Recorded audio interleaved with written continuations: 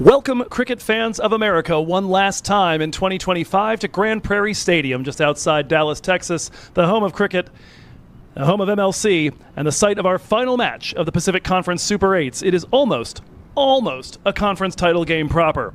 The Chicago Kingsmen on one side, the defending champions of 2024 on this field. At 2-0, they just need a win in their seventh consecutive playoff match to clinch a trip to Morrisville for a Sunday title defense. To the other side, Kings 11 Dallas, the reincarnation of the 2023 MILC champions, need to repeat the feat from opening weekend. Back on August 29th, Dallas delivered Chicago their lone defeat in the last 2 years. Do it again, and that plane ticket and shot at a title could be theirs. But there is a wrinkle.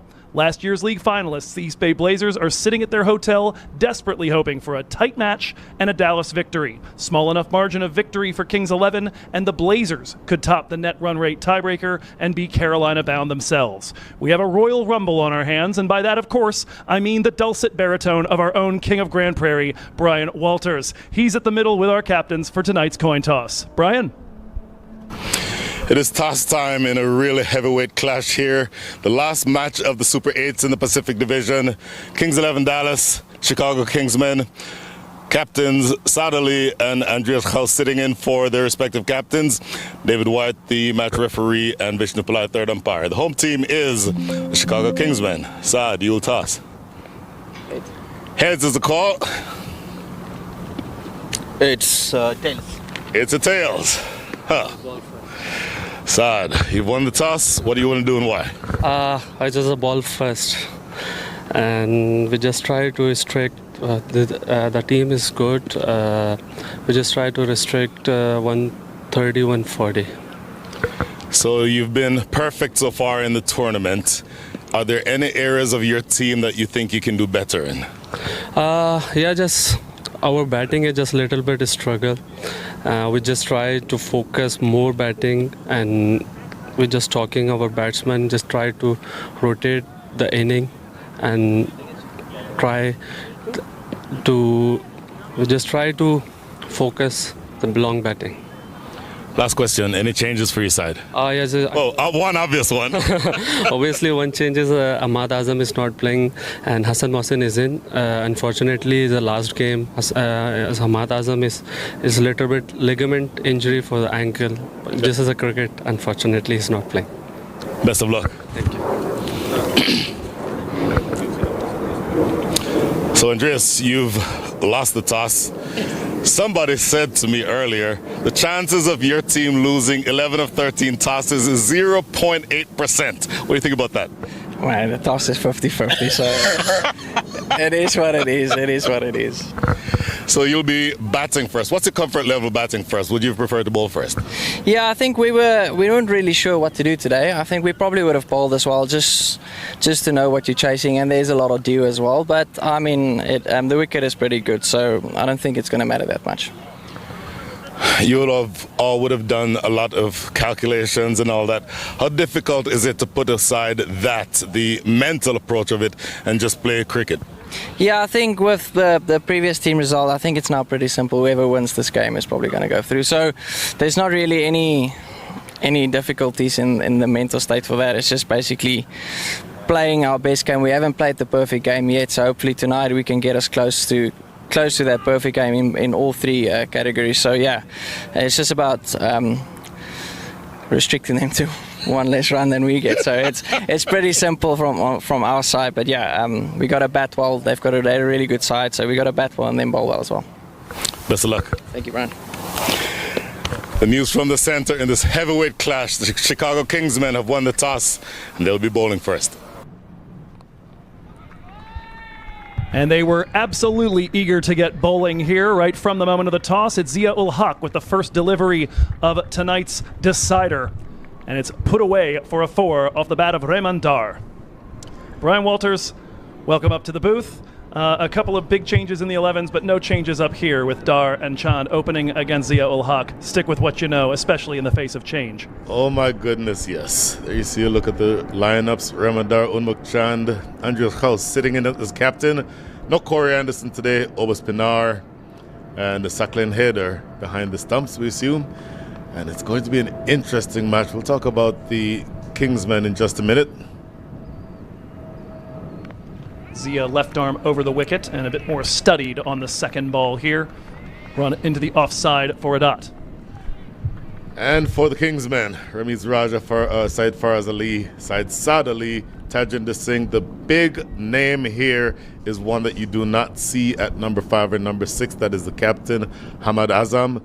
That is a huge gap in the lineup, both from a bowling standpoint and particularly from a batting standpoint.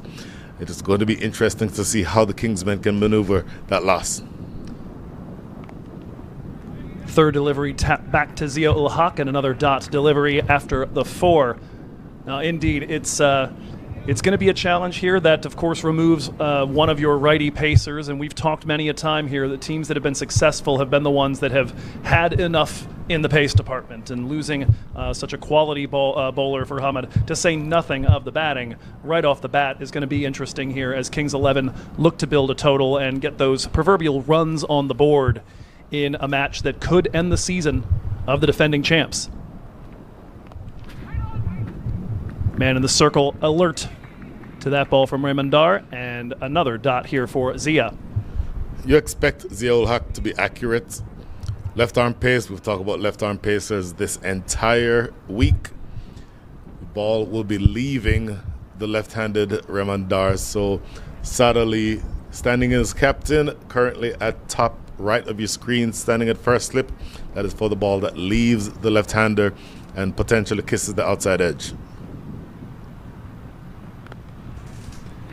Able to get outside the line of that one and drag it to the onside. Looking for a quick 2, and if that throw's gathered cleanly back behind the stumps by Ramiz Raja, Raymondar might have been in a bit of trouble.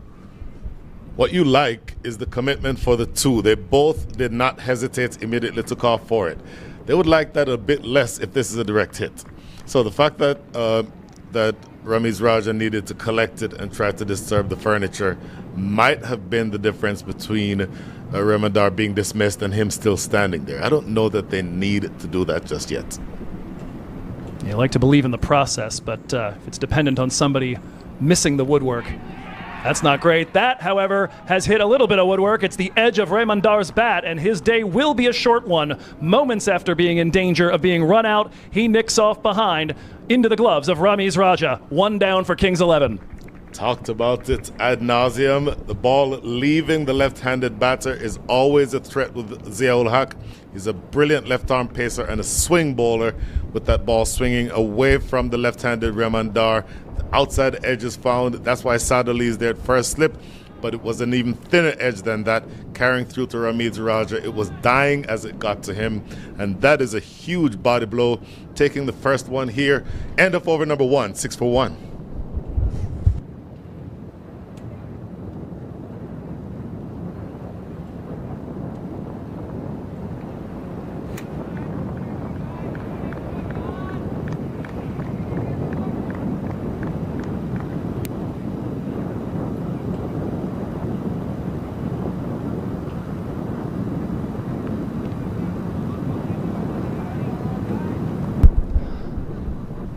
$23 on Friday, 51 on Saturday, just 4 today for Raymondar. 6, rather. That's right. Got the 6 there at the end.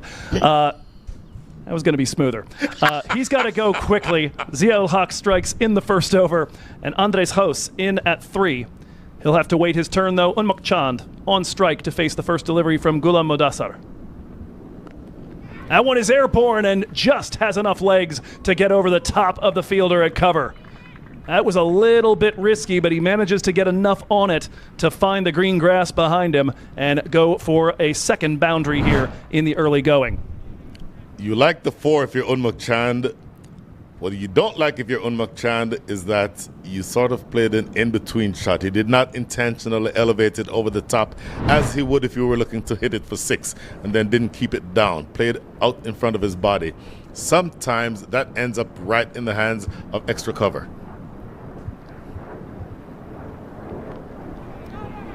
Jumping back and accessing the onside here, a single, and that'll bring Hos on strike. And Andres Hos was a little wasteful on Friday and then absolutely superlative on Saturday. 12 off 15, before he was dismissed, somewhat throwing his wicket away by Abhishek Paradkar against the Blazers. 24 not out off 9. 2 4s, 2 6s, and one of them that briefly turned me into Brian. A on the back foot 6 straight over long on. That, I mean, yeah, I see where it comes from. It comes from deep in your soul. Andreas Gauss, I've said a number of times this week, for me, if he's not the best batter in the country, he's in the top 3 or 4. And he's tremendous against both spin and pace. He talked about the back foot 6s down the ground. It takes a tremendous amount of power to do that. But he's equally adept at turning the short ball from the pace bowlers into the seats at square leg. So you're going to have to be careful. Keeping it on a good length, can't be too short to him, and you cannot overpitch to him. That happy medium of the utmost importance.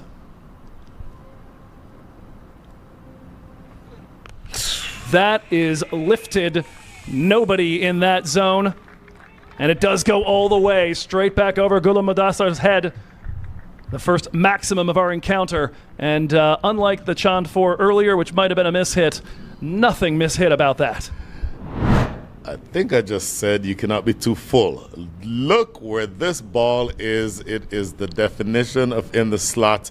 And if we see that replay again, look how much Andreas Gauss just plays a normal elevated check drive. Look at his action here. Look how little he flourishes. There's very little flourish. We'll look at this after this ball, hopefully. Thinking about trying to take a single. He will scurry back here. That was a thing of beauty. Absolutely brilliant down the ground by Andreas Gauss. Again, many batters. Look at this again. Look how he holds his shape. That is absolutely lovely. Not a big slug, no big flourish, just an elevated check drive that goes all the way for 6. Tremendous batting. I just look at the head position on that one, and of course you're going to be able to watch 100%. that straight onto the blade. Oh my goodness. That one airborne for a moment, and lucky that third is the man back at the rope. Brief moments here. I suspect that brief gasp came through our microphones here. Brian Walters, a little bit of fear in your mind for Andres Gauss. If there is a regulation gully in place, that gets to him chest height. So luckily for Andreas Gauss, nobody is catching square of the wicket inside of the circle, and so it goes for a single. He'll want to keep that ball down. End of over number 2, 18 for 1.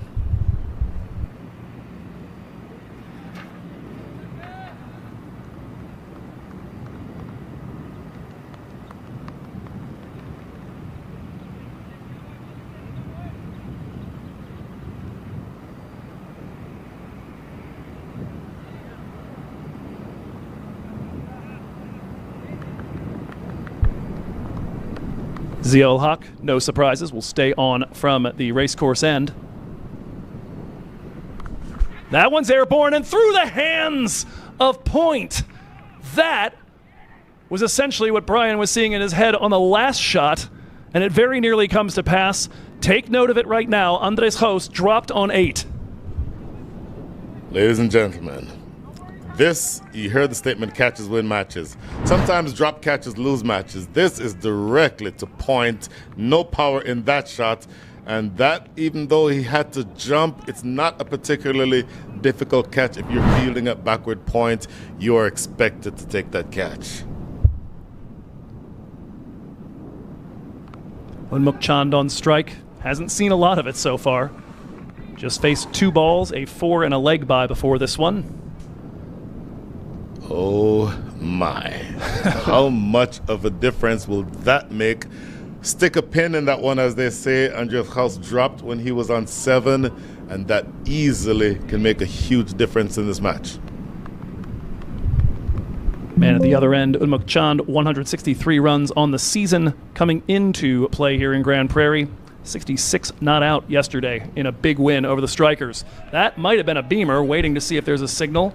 Nothing seems to be forthcoming from square leg umpire, but a full toss, definitely a missed toss. Yeah, straining for the Yorker there is the old hack.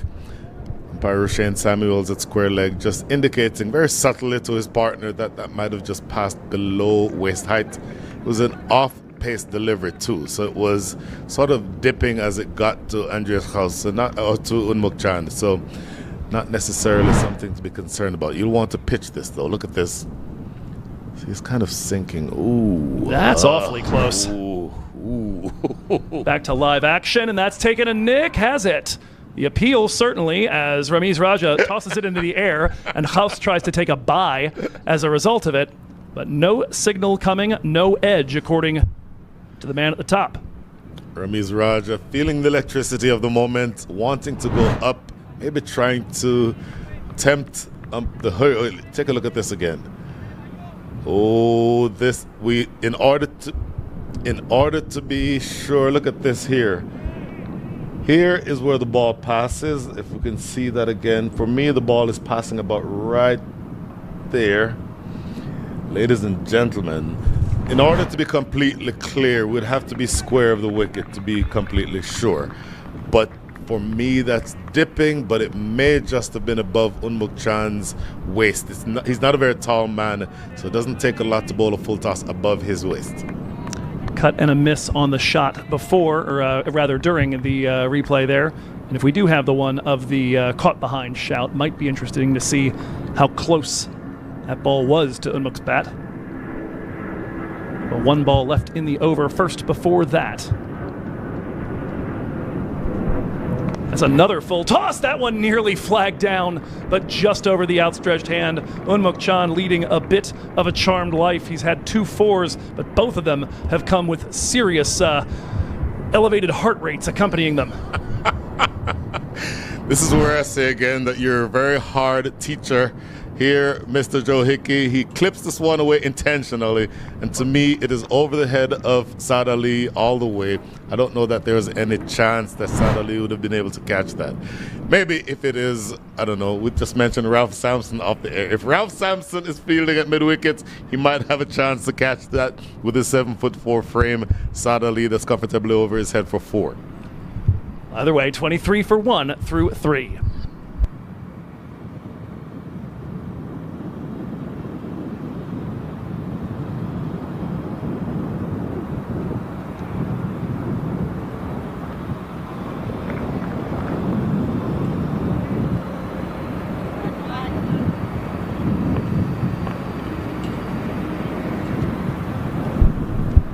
Change of bowlers immediately from the river end. After the Madassar over went for 12, it's going to be Anwar Ali Khan. His first delivery worked towards square leg by Andres Jos, and a single to begin the over. It's interesting. Anwar Ali Khan has been brought into the attack. Brilliant bowler. We've seen him all week. I don't know that the over from Ghulam Mudassar was so bad that you'd have taken him off. There's one bad ball in the over. The 4 easily could have been a catch. The 6 was over-pitched, but it feels like he's been harshly punished here from having delivered that ball that went for 6. Having said that, you don't have a whole lot of opportunities to give second and third chances. So maybe it's a message to that bowler that says you need to be on top of your game. Anwar Ali Khan on the week so far, a 39-run performance in the first match, but 2 for 29 yesterday, taking the wickets of Anji Pereira and Saideep Ganesh in that first innings against East Bay. Looked for a good long while like East Bay's total was going to be sufficient, but Chicago getting that chase done. There's another near edge. Unmuk Chand leaving the bat out there and had Anwar Ali Khan excited for a split second, but straight through into the gloves of Ramiz Raja.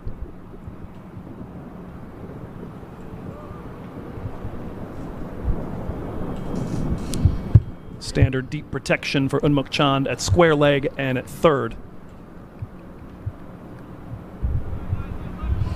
Not quite as much shape in the air from Anwar Ali Khan, and so we do not see a slip in place as we did for Zia-ul Haq.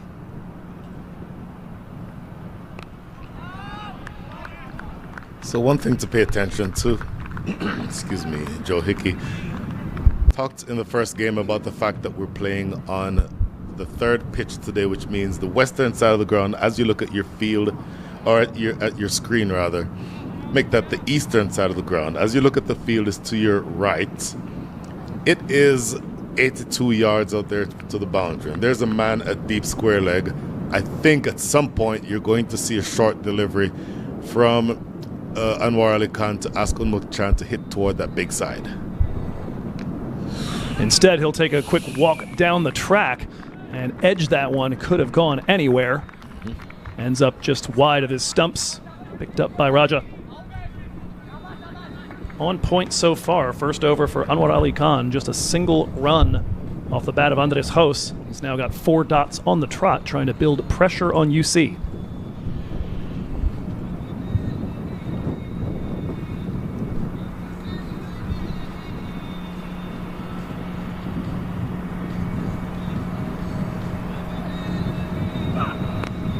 Little off pace there, rolled to mid-wicket. Chand will take a single off the final ball of the over. Those 2 singles bracketing that string of dots. And through 4 overs, it's Kings 11 Dallas 25 for 1.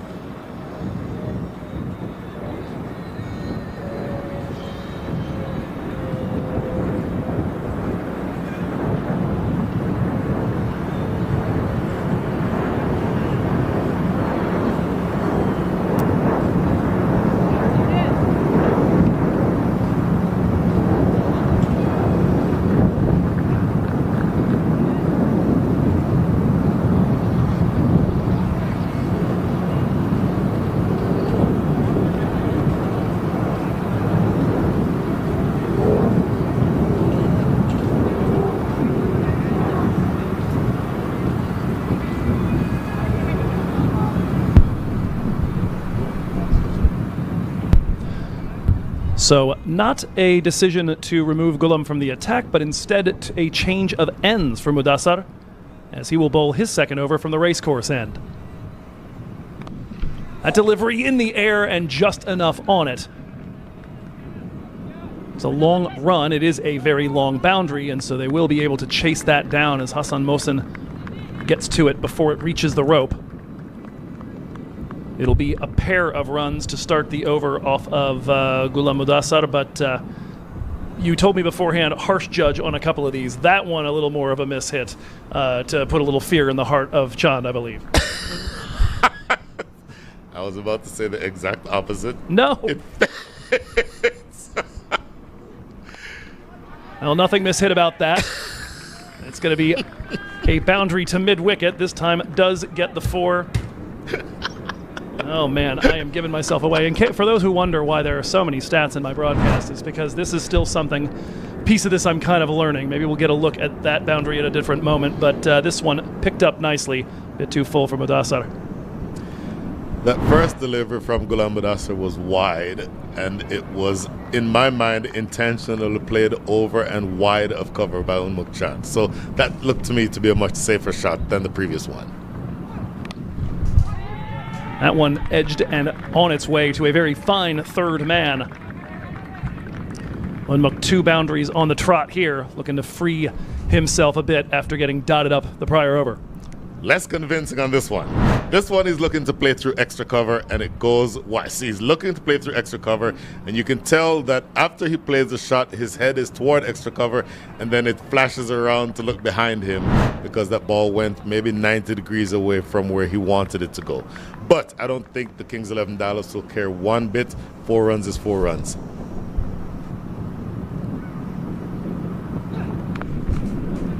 This one guided behind point.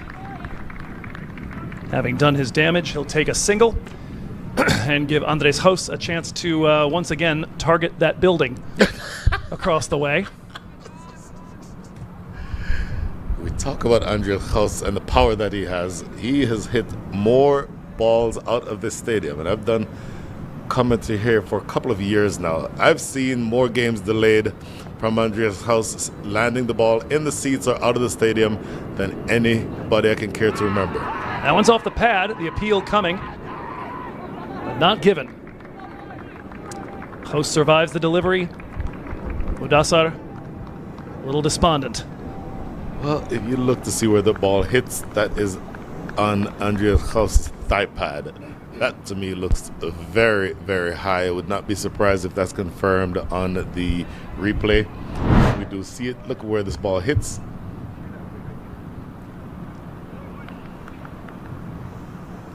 First of all, the pitch is 6 inches outside leg, and then it's bouncing over the top. So for two reasons, that cannot be given out.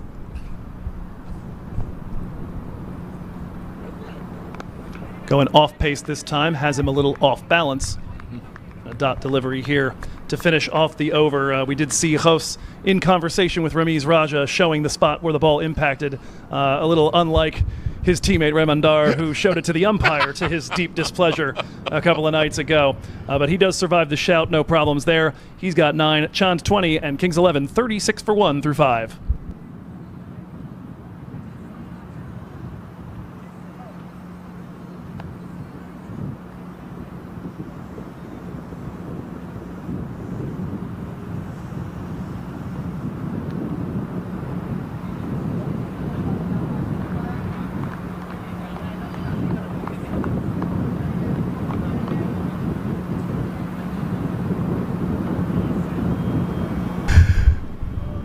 $36 for 1. I guarantee you, Joe Hickey, that this is the last time that we will try this analogy.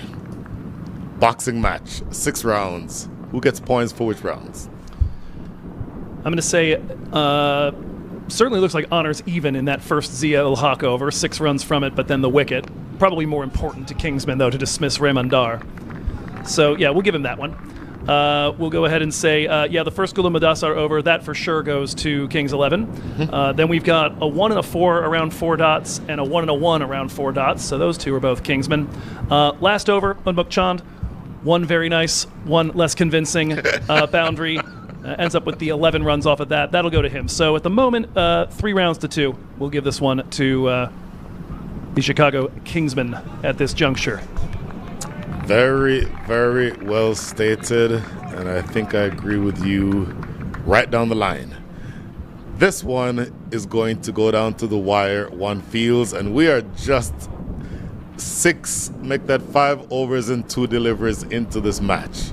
It feels almost, it won't be a final, obviously, both these teams from the Pacific Conference. It has the feel of a final to me.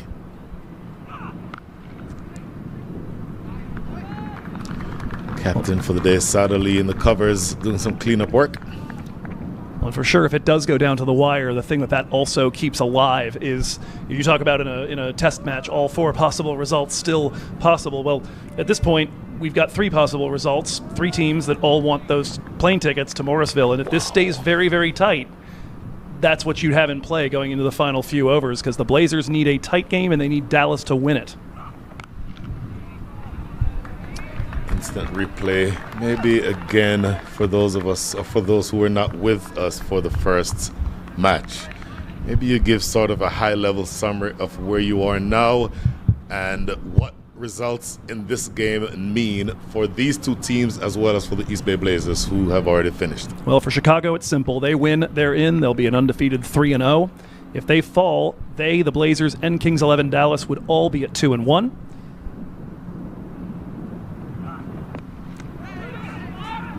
And as a result of that, nice throw there. Don't know if a direct hit would have had Jos in a little bit of trouble, but he gets in safely all the same.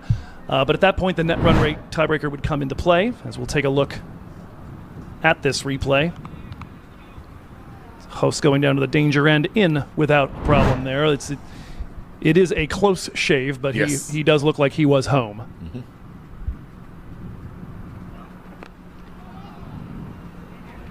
Another attempt again, and this time around hits the batter. And that'll be another single, 3 from it. And we'll keep it right here for just a moment to finish off the discussion of what that net run rate scenario would be. Essentially, it boils down to this. For a par score of about 150 from Kings 11 Dallas here at the outset, You'll have Chicago chasing. It would need to be a victory for Kings 11 by at least 6 runs in order to have a better net run rate at the end of all this than East Bay does. There has been some confusion in the Twitter sphere and so forth about the fact that Kings 11 have a higher net run rate now. A lot of folks have asked, doesn't that mean it can't go down under the Blazers? Well, it's really more of an average margin of victory. So if you take a close game, average it with the blowout yesterday and the loss on day 1, that thing can shrink in a hurry. And that's basically what the Blazers are hoping for, but they still need Dallas to get the win, because without that, net run rate doesn't matter for anything. Expertly explained. For those who are not able to follow all the different permutations in their mind and just simply want for you to say, you know what, I deal in percentage chances. If I get up in the morning and it says 75% chance of rain, I'm going to bring my umbrella with me. If you want percentage chances for each of these 3 teams from an educated guess, understanding that you cannot see in the future, I don't think you can, maybe you can. But if you wanted to give a percent chance to each of these 3 teams to go into Morrisville this coming weekend, what would those percentage chances be for each? So before I answer that, I couldn't resist one of my favorite quotes from the question of whether I can see into the future. And Frankie Dart from the show Community said, no, I'm not a fortune teller. That's just an illusion created by extreme preparation. But... But given that, 65-35-1. That's what I'm going with right now. Kingsmen, Dallas, Blazers. So that adds up to 101 is what you're saying. No, I said 34, didn't I? Nope, 65-34? I meant to say 65-34-1. I thought that I have to run that back on the tape. I know what was in my brain. But at any rate, that's about what I've got right now. Now, Sure. Admittedly, we'll see where this thing goes. If it does go down to the wire the way you're describing, it becomes a much more interesting thing.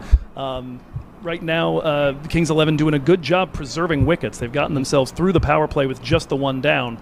And Unmuk Chand starting to express himself. 22 off 19 and launches that one over the top of long off. And that is not a cheapie by any stretch of the imagination, Brian.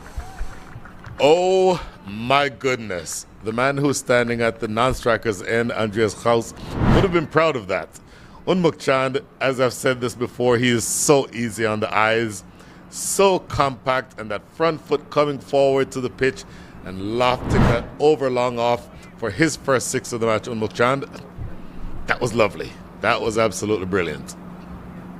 We never did announce it. The new bowler here is Hassan Mohsin.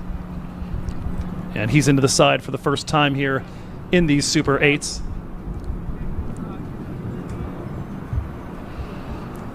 On the season, 7 wickets at 11.4 per, an economy about 6 2/3 of a run per over in the 12 that he's bowled. Oh my goodness, you would love any of those numbers. 6 runs and over, essentially run a ball. We gave them all up on that 1 ball. Over pitching, he'll learn to not over pitch to either of these batters, Unmuk Chand or Andreas Kraus. You said a strike rate of 11. Did I hear that right? A strike rate of 10.3. 10.3. Tremendous. Now, if you're talking about strike rates, the first time that ball struck the earth was when it landed beyond the terrace over long off, which means that umpire Vishnu Pillai, the reserve umpire, has to come out with his box of balls because that ball is gone. That ball is going toward the Oklahoma-Texas border. And I can guarantee you that if you pitch up to either one of these 2 batters, both 6s that have been hit in this match have been straight down the ground. You cannot over pitch to either of them. Yeah, for no other reason than I don't know how many balls are actually in that briefcase, and we might eventually run out. Oh, my goodness.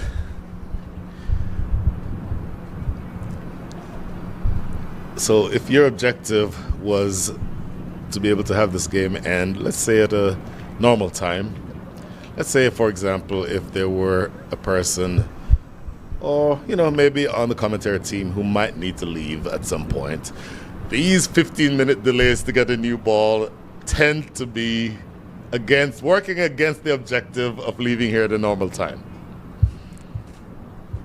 Yeah, they would have to get pretty hot-footed for that member of the commentary team at this point, and especially given the sort of score that Kings 11 look like they might be on the verge of putting up as we take one more look at that Unmuk Chand off drive.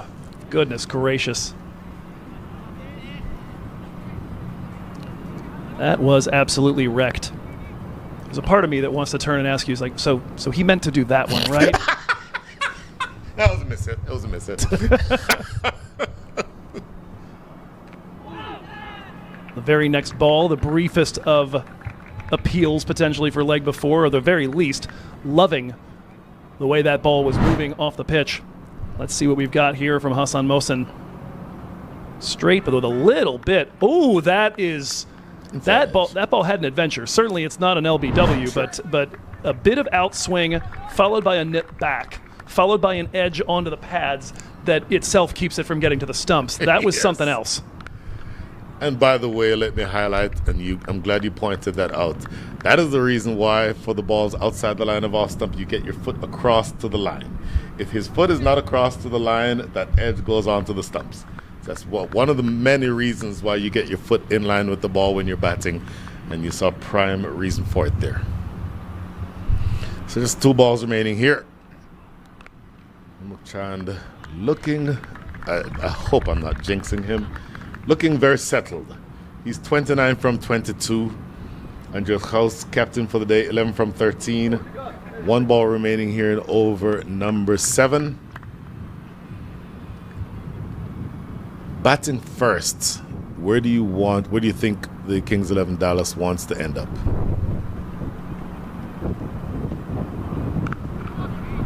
I mean, from what they've seen so far here from the Chicago Kingsmen, I would have to imagine somewhere in the 170s is probably where you need to end up, and certainly going at 7s, but with just 1 wicket down here after 7 overs. You feel like there's a platform here, especially with some of the bats to come. Oh, look at that shot by Andrew House. Then Unmuk Chand whipping that one away toward deep mid wicket. Much more assured than that one. And the 6. That one didn't go where he wanted. That was the outside edge, but this is the 6 over long off. Absolutely brilliant stuff. So this pair is putting together a very nice partnership here. 48 runs on the board. They came together when the score was 6, so the partnership now worth 42. So end of over number 7. The score is 48 for 1.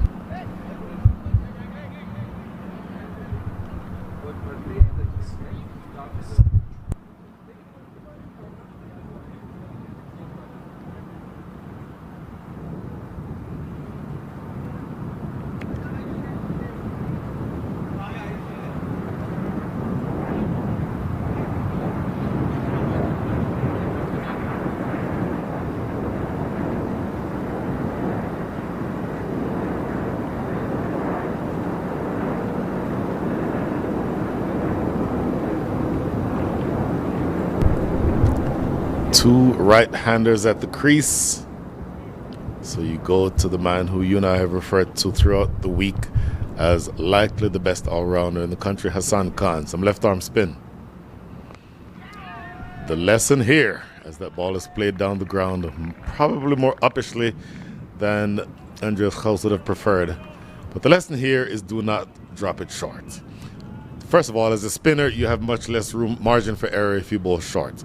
Secondly, if you're dropping it short to Andreas House, you have to be prepared to go into the parking lot to get more loose deliveries, because either one of these 2 batters, but particularly Andreas House, can go out of the stadium with anything that is offline. Yeah, we've seen him already a handful of times rock back and just throw arms and trunk at a ball and send it 90 odd yards, 50 up.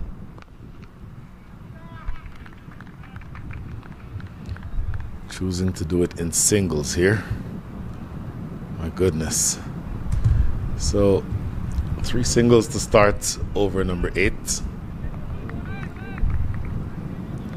And this pair has now put together a partnership of 45.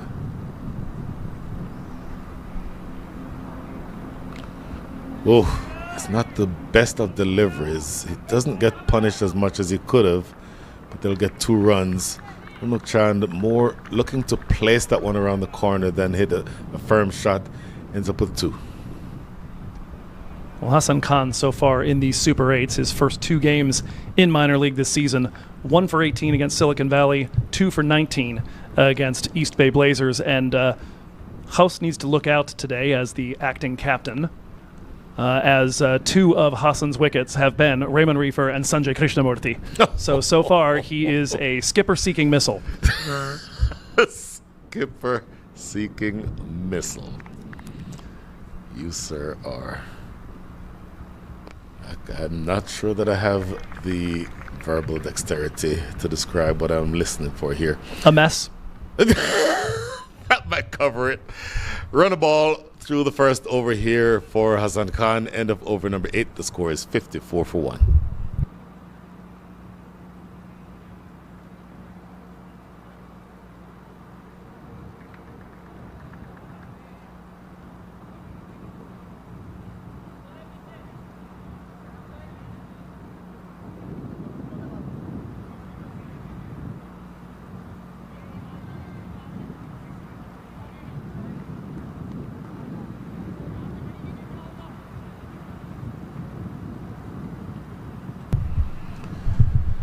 Eight overs in the books, 54 for 1.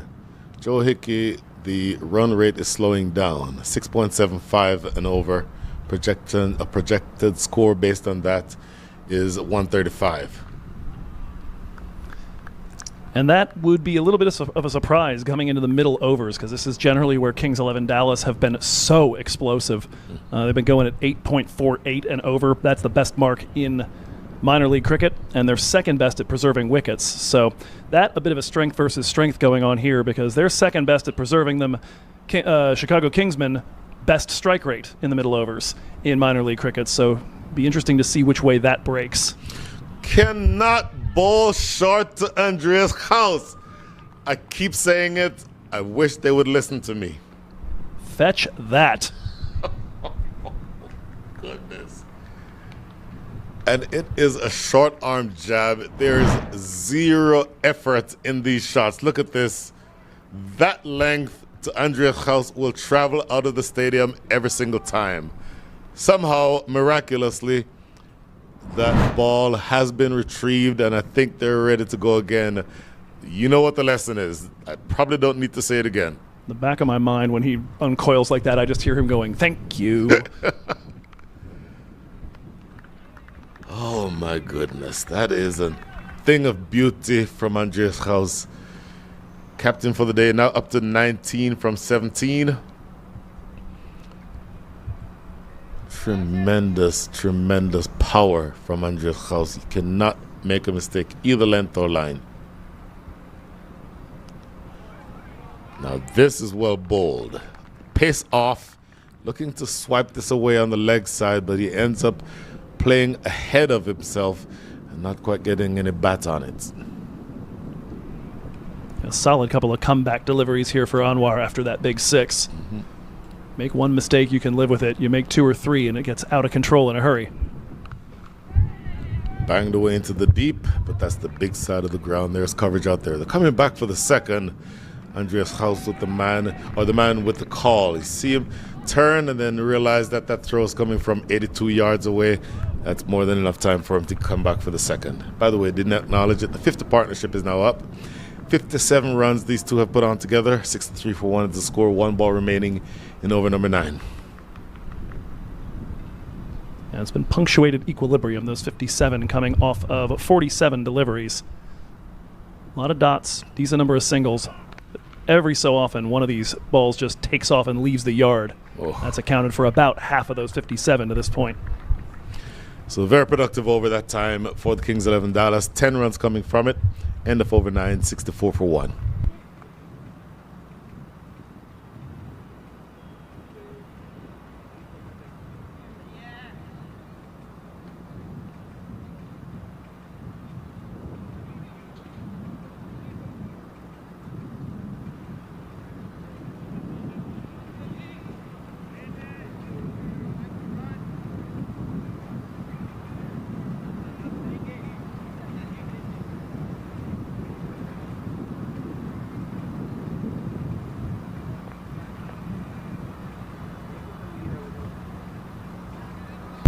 So the 10th over to be bowled will be bowled by Hassan Khan.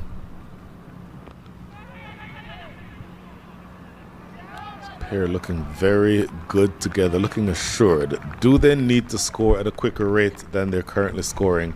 7 runs and over, Joe Hickey. Well, judging by how loud that call came, and certainly the aggressiveness, even of the twitch we saw for the turn, it looked like they really wanted 2 from that one. I think that's what's on their minds by this point.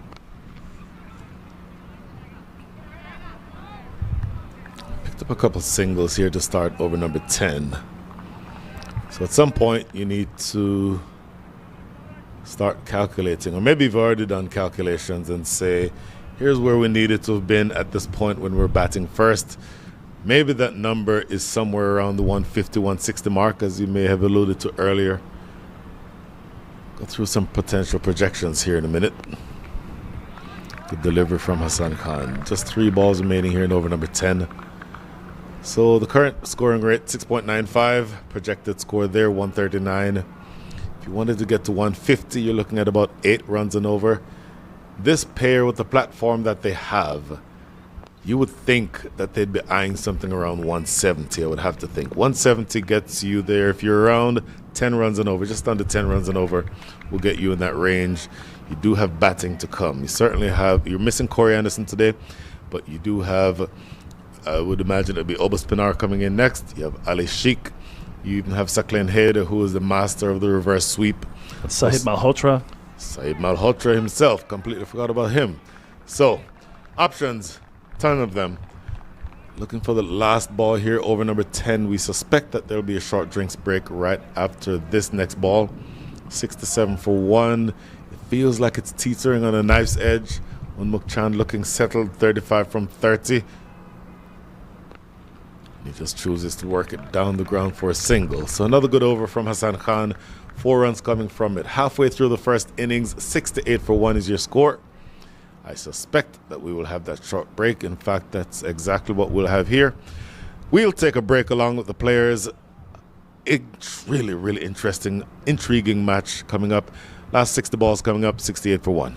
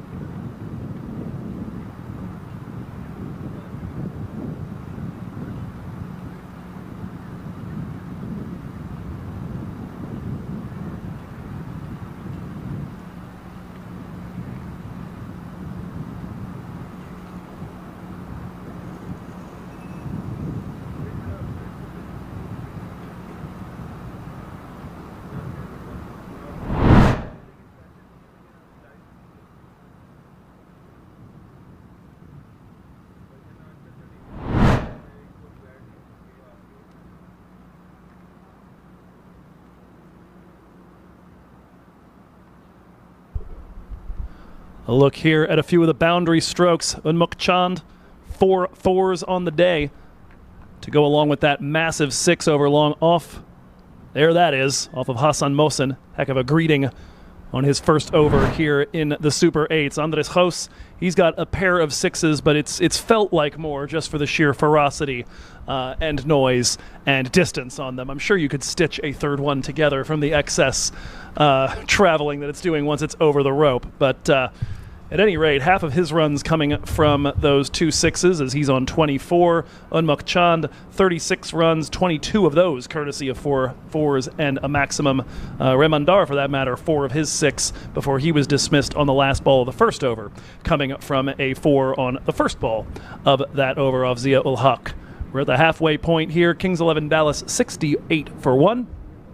Partnership sitting at 62 runs and looking almost in full flourish. Still waiting for maybe third gear. I'd say we're in second at this point, putting away the mistakes, but looking to see what other gears they might have. And of course, as we alluded to before the break, Obas Pinar, Saklan Haider, Ali Sheikh, Sahib Malhotra. Lots of options down the order to keep this rolling, Brian Walters.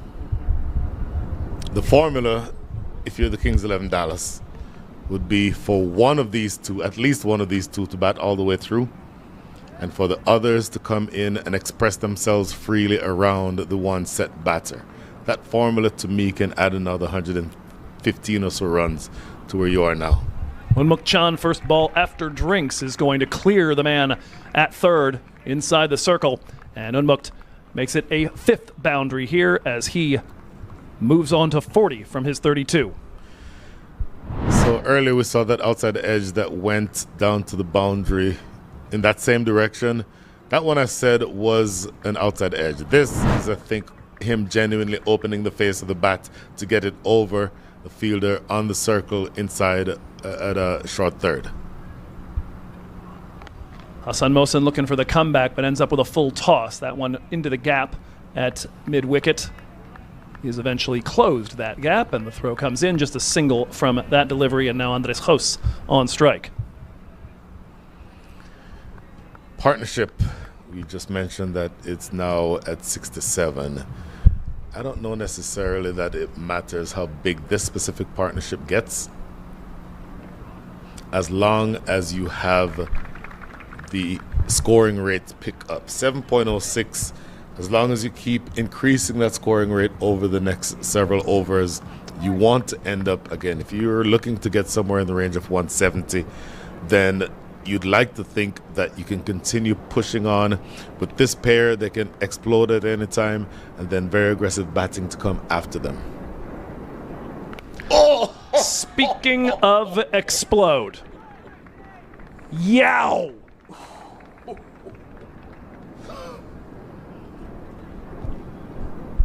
Same song, 4th verse. You cannot overpitch to either of these two batters. Andres Jos is still dancing to that song. He doesn't care how much you play it, how many verses there are. Oh, that was such a clean connection. In the slot, maybe this gives us time as umpire Vishnu Pillai walks up with a spare bag of boxes. Maybe it gives us enough time to see where exactly this ball pitched. I want to see that pitch camera again, because this, to me, is landing inside the slot right. We have time to look at it shortly, but it was, for me, right in the slot.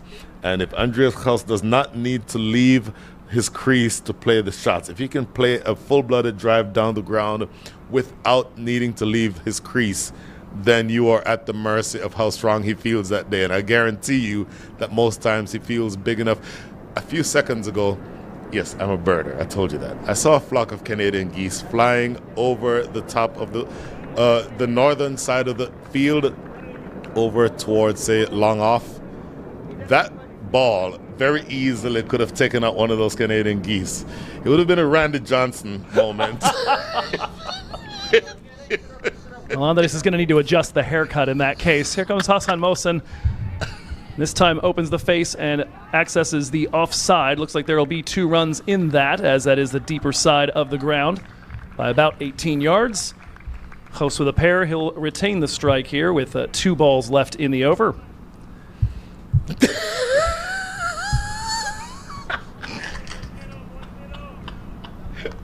I'm sorry. God, please forgive me. I laugh maniacally every time I see that replay. There's another one driven, but this time it will pick out the fielder at long on. Partnership now worth 77. And a very good friend has just texted me and said to stop jinxing these two batters, to stop saying nice things about them. But I'm sorry, I call a spade, unnamed friend. Say mean things and the batters get angry. Say nice things and the fans get angry. Just going to say stuff. That's what we're going to go with here. single off the last ball of the 11th. A productive over. We have seen wickets come right after the drinks break pretty frequently here in this match. They survived that over, and how? Picking up another 15 runs onto the total, 84 for 1.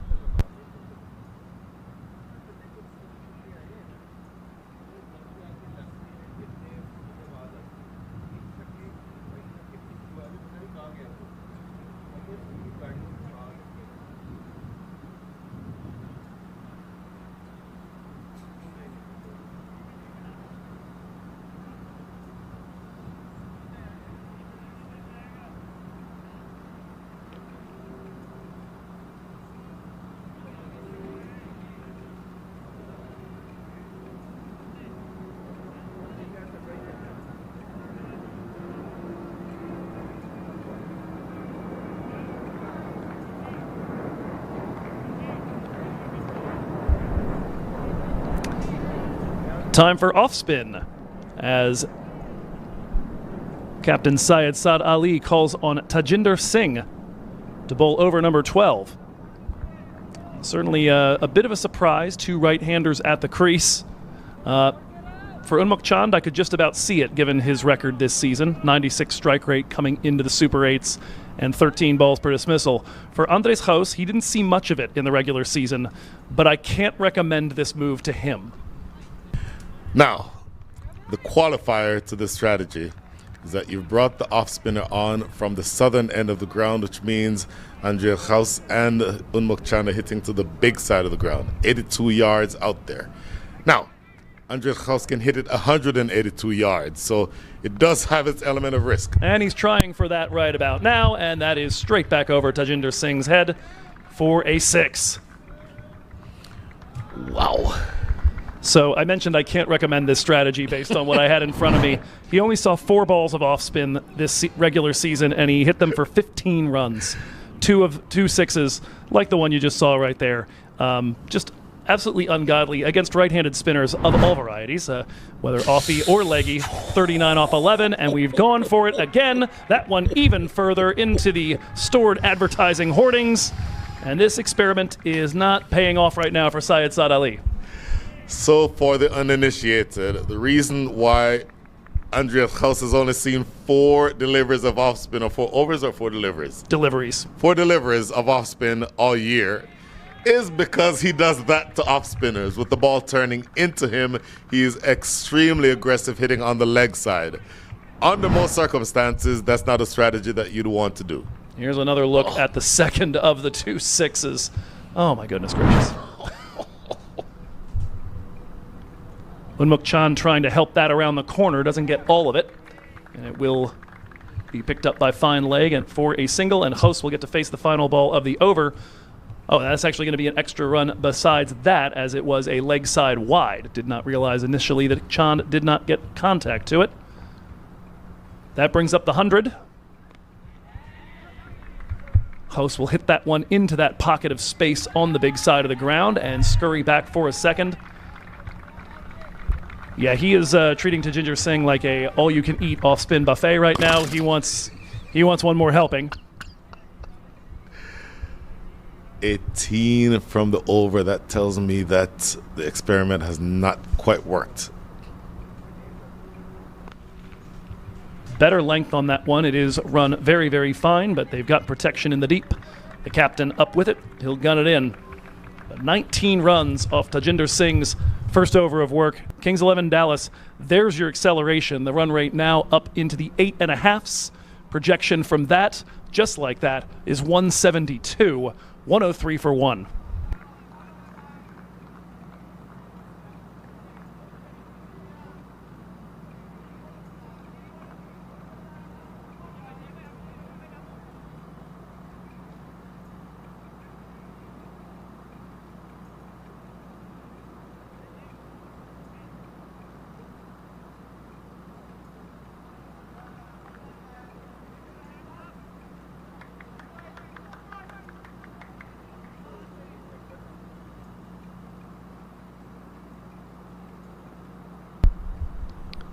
Hassan Khan with a change of ends. He'll bowl now from the race course end. First two came from the river end of the ground, and Andres Haus, little step back to access the long on area. He'll pick up a single.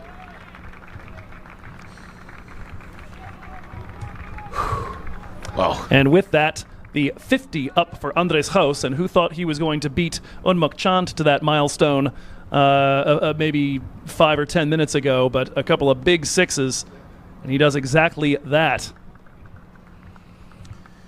32 balls to bring up the 50 as well. This pair has damage on their minds. This pair is well settled. They're confident and they've pushed on.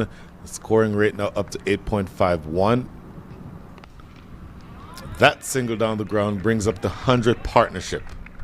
So this pair coming together at such a critical point. Lost Remendar early, but they've put their heads together and they've formulated a really brilliant partnership here with 2 balls remaining in over number 13. Chand opens the face and slaps that to backward point. A little bit of hesitation from Haus, and that is a close call down there as they look for the run out at the wicketkeeper's end. Chand is in, according to our square leg umpire. Tell you what, Rashane Samuels had a decision to make there. Unmuk Chand not, I think, hesitating and not wanting to immediately go for that second run, then realizing he had to jump on his horse to get there in time. Luckily for him, he did just make it there.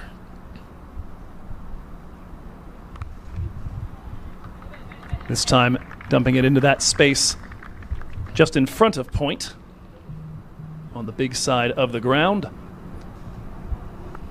Chand moving to 47. Haus back on strike. Fresh off his 17th career MILC 50. Looking to turn it into an even bigger total. Perhaps the next target, the number on his back, the 68. It's a single off the final ball, so Hassan Khan able to keep Kings 11 inside the park in over number 13. 7 from it. Kings 11, 110 for 1.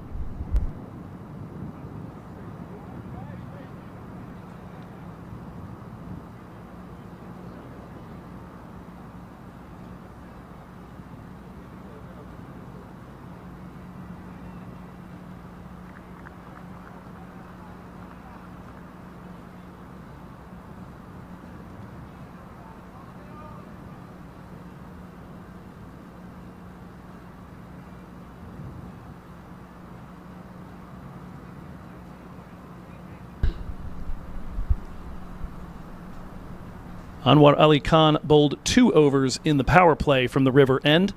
Had 1 just before the drinks break over from the racecourse end. He'll be back at the river end for his final over of work.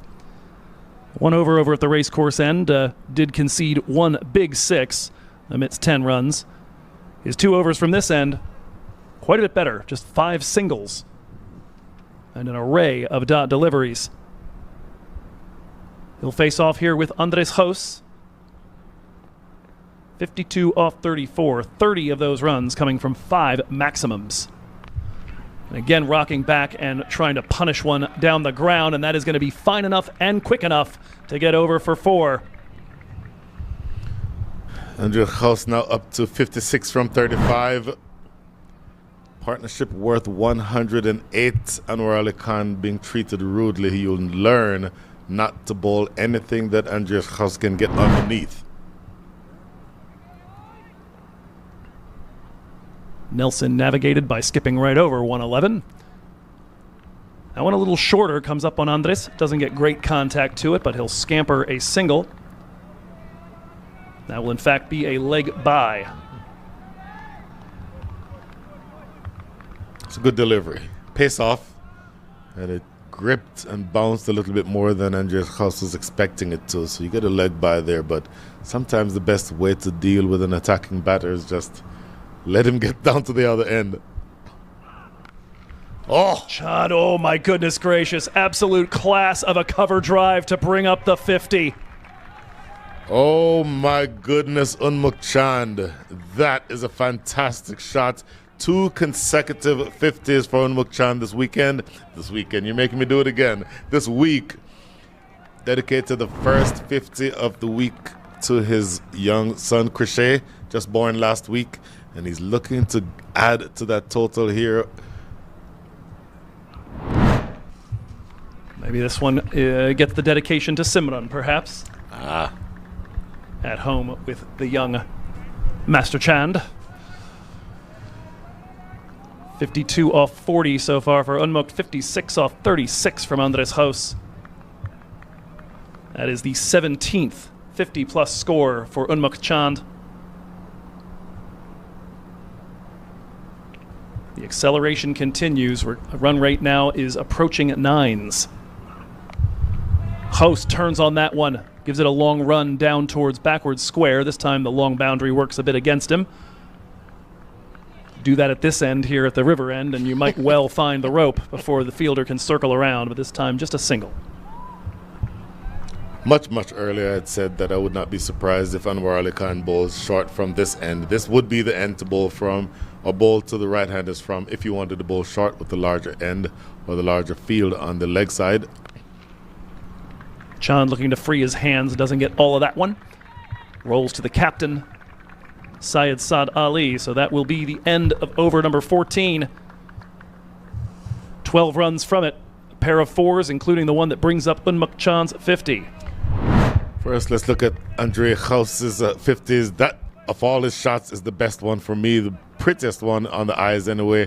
And then after that, it's just raw power, just hammering away in that area. If you bowl anything too full, he will absolutely blast the ball from you. Even that one wasn't exactly over pitched, but he still dragged it over long on for 6. So Andreas House really looking dangerous, along with his partner Unmukt Chand. Partnership now worth 116. 3 of the last 4 overs have gone for double-digit runs. Hassan Khan's the only one that hasn't, as he tries to restore sanity to the proceedings for the defending champs. First delivery here to Andres House is a single.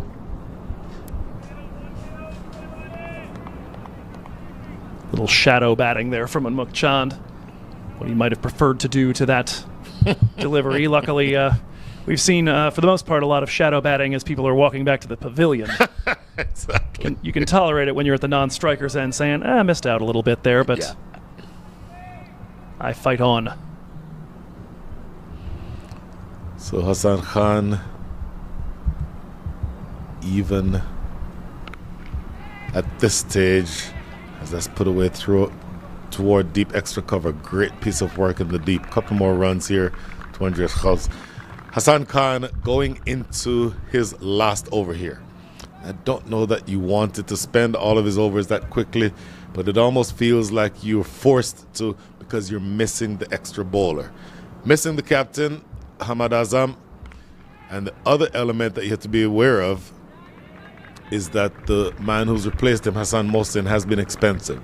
First over that he bowled went for 9 runs. The second over that he bowled went for 16. So 2 overs 25.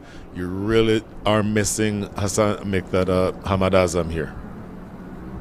Oh! Unmukt Chand liftoff. Oh my.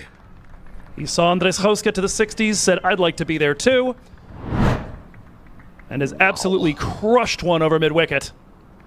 First real signal of some aggression against Hassan Khan that we've seen so far. That length will travel. That length is absolutely going to travel to either of these batters. They've been there for a long time. Unmukt Chand has faced 43 balls. Andreas House has faced 39. So you have a good sense of how the ball is coming onto the bat. You know what the different scoring options are.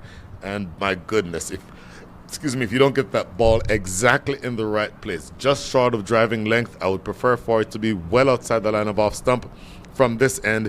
If he plays outside the line of off stump here, he's playing it toward the large side of the field. Maybe you give up a 1, maybe you give up a 2, but you won't give up anything like that huge 6 over mid-wickets. Better comeback ball here for Hassan Khan.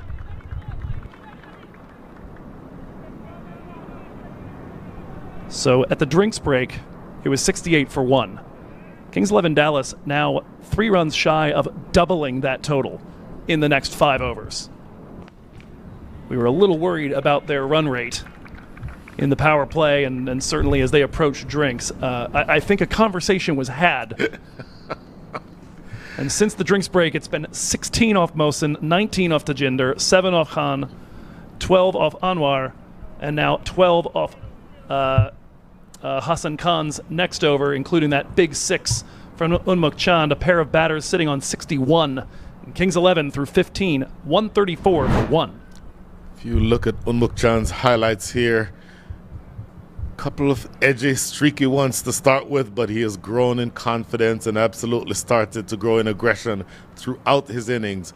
That one probably not where he intended it, but after that, look at that 6 down the ground, and this one coming up here, intentional, opening the face and blasting it through the covers, absolutely brilliant. Then the 6 coming up here, didn't quite get that 6, but my goodness, he looks the part. He's absolutely, in my mind, justifying his first season here in the North Texas area. Been around a little bit, started out in your part of the country on the West Coast. My goodness, how much does it feel now like you've gone back to Ghulam Madassar to start over at number 16, that they're starting to feel desperate, the Chicago Kingsmen. Looking to crack this one away. Comes off the under edge. They'll get a single. My goodness, Andreas Kraus and Unmuk Chand now with a partnership of 129. How big is this? Because even if one of these two is dismissed, as I said, the formula would be to get one of them to go all the way through the innings and the others to battle freedom around them. Well, I mentioned before, this team here for Kings 11 Dallas, wicket preservation and scoring rate in the middle, almost unparalleled for them. They were at 39 for 1 after the power play. And so they have added now to that total 95 runs in the course of the middle overs in 9 overs time. So they go at very nearly a little over 10.5 runs an over. They don't lose a wicket the whole way. The partnership continues. And reminding you, that is against the best strike rate team in the middle overs in all of MILC this year. They managed to maintain throughout that entire stretch. And now, for as fast as they've been going, they can really kick into turbo if they like. Teed off, but not all of it. And the catch is taken. How big a catch is that? Tajinder Singh, I believe it is, who corrals that one on the boundary. When I say the boundary, he's in by maybe 10 yards because that is the big side of the field. That's the field that you want the right-handed batter to play in aggressive shots from. That is the end of a brilliant innings from Andreas Kraus, 62 from 42. The Kings 11 Dallas are 136 for 2.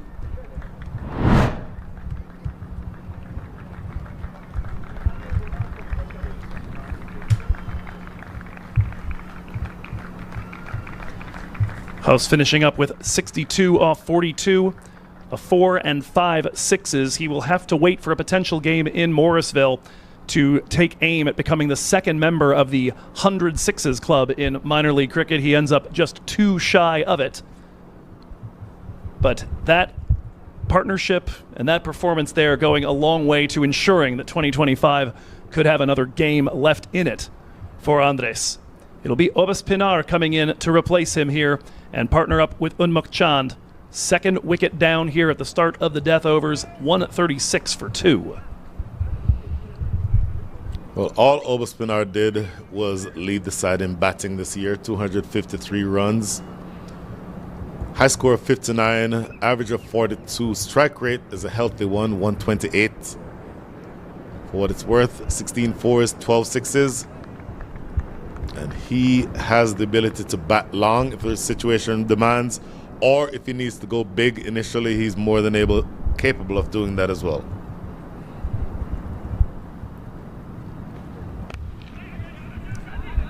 Look out here.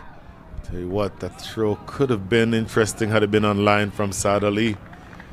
So, the Chicago Kingsmen, if they wanted to go further or make inroads into putting themselves back in control of this game, had to break that partnership.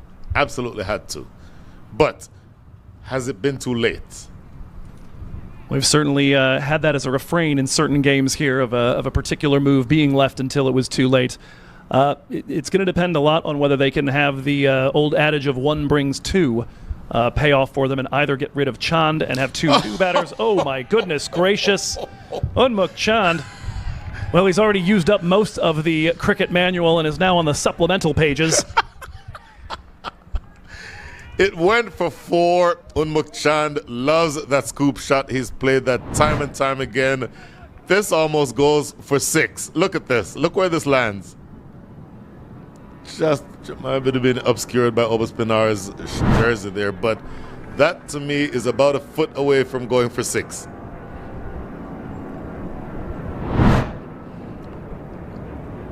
We get a look at it from the angle where it's approaching us. Obscured by the scoreboard instead. Might look for 2 here. Obaspinar, the man coming back to the danger end, and he makes it easily. So a flourish to close out the over. 9 runs coming from it, but importantly, the big wicket of Andreas Gauss dismissed for 62. Obaspinar looking to, let's see, pick up where Andreas Gauss left off. End of over number 16, 143 for 2.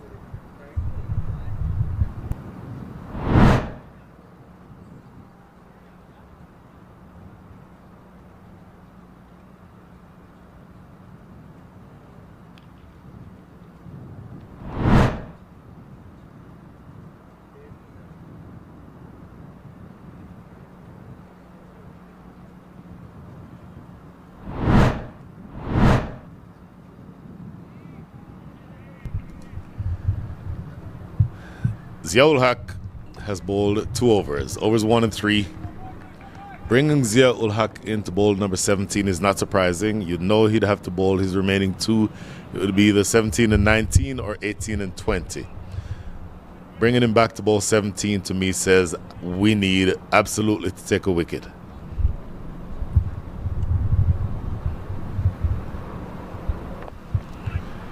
It's a good length. Obaspinar winding up for the big shot, but that ball almost stuck underneath his bat. Dot ball to start over number 17. 23 balls remaining. Joe Hickey, where do you end up? I think my call is, what do you say, 23 to go? Yep. I'll put it at 178. 178 is not a bad shout. That would require 9 runs and over from here. Great attempt at mid-off, but he cannot get to it. Joe Hickey, why is mid-off inside the circle with 2 big hitters down the ground? That's a phenomenal question. So it might well indicate that there's going to be an urge to get him to hit much, much wider. If you're going to go for a wider line and try and use the offside, the bigger side of the ground, perhaps then you're hoping for mishits or over-aggression or trying to drag a ball that might end up at a short mid-off, or mid-off. But otherwise, it does not make much sense with a straighter line.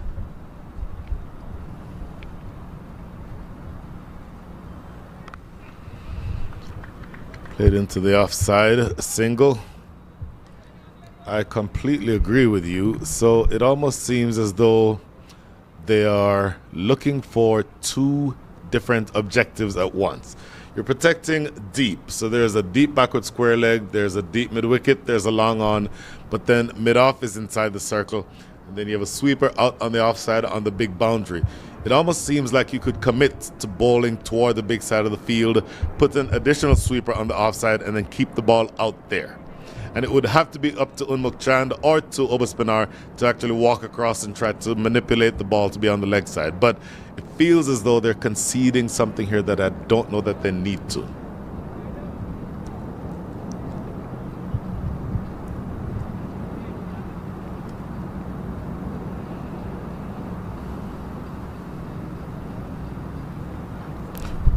Tries the scoop again. Unmuk Chand, he misses out on it this time. He's done that very, very well throughout his career.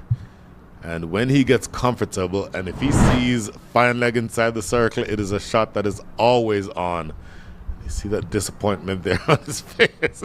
Ziaul Haq staring at him saying, what are you doing? What are you trying to do?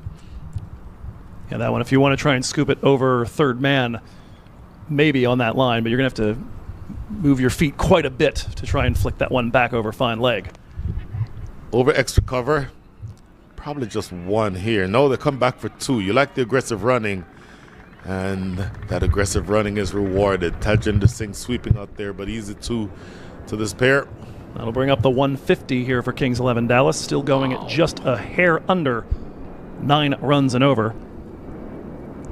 18 balls, make that 19 balls. You'd think they're targeting at least 30, 32 runs. You would think, as my voice cracks, as though I'm going through puberty. Last ball over number 17. Whipped away into the deep. How far has that gone? Over the top of Hassan Khan for 6. Effortless shot by Unmukchand. My apologies. Moves authoritatively now into the 70s, just past 75. 76 off his 50. Big over here, 13 runs coming from it, nearly half from that shot. And you do know with Hassan Khan out there, you take a deep breath for just a moment and wonder if anybody might reel that one back in, that'd be the guy you'd pick. But the 13 runs off the over, Kings 11 Dallas, 156 for 2, 18 balls left to build a total.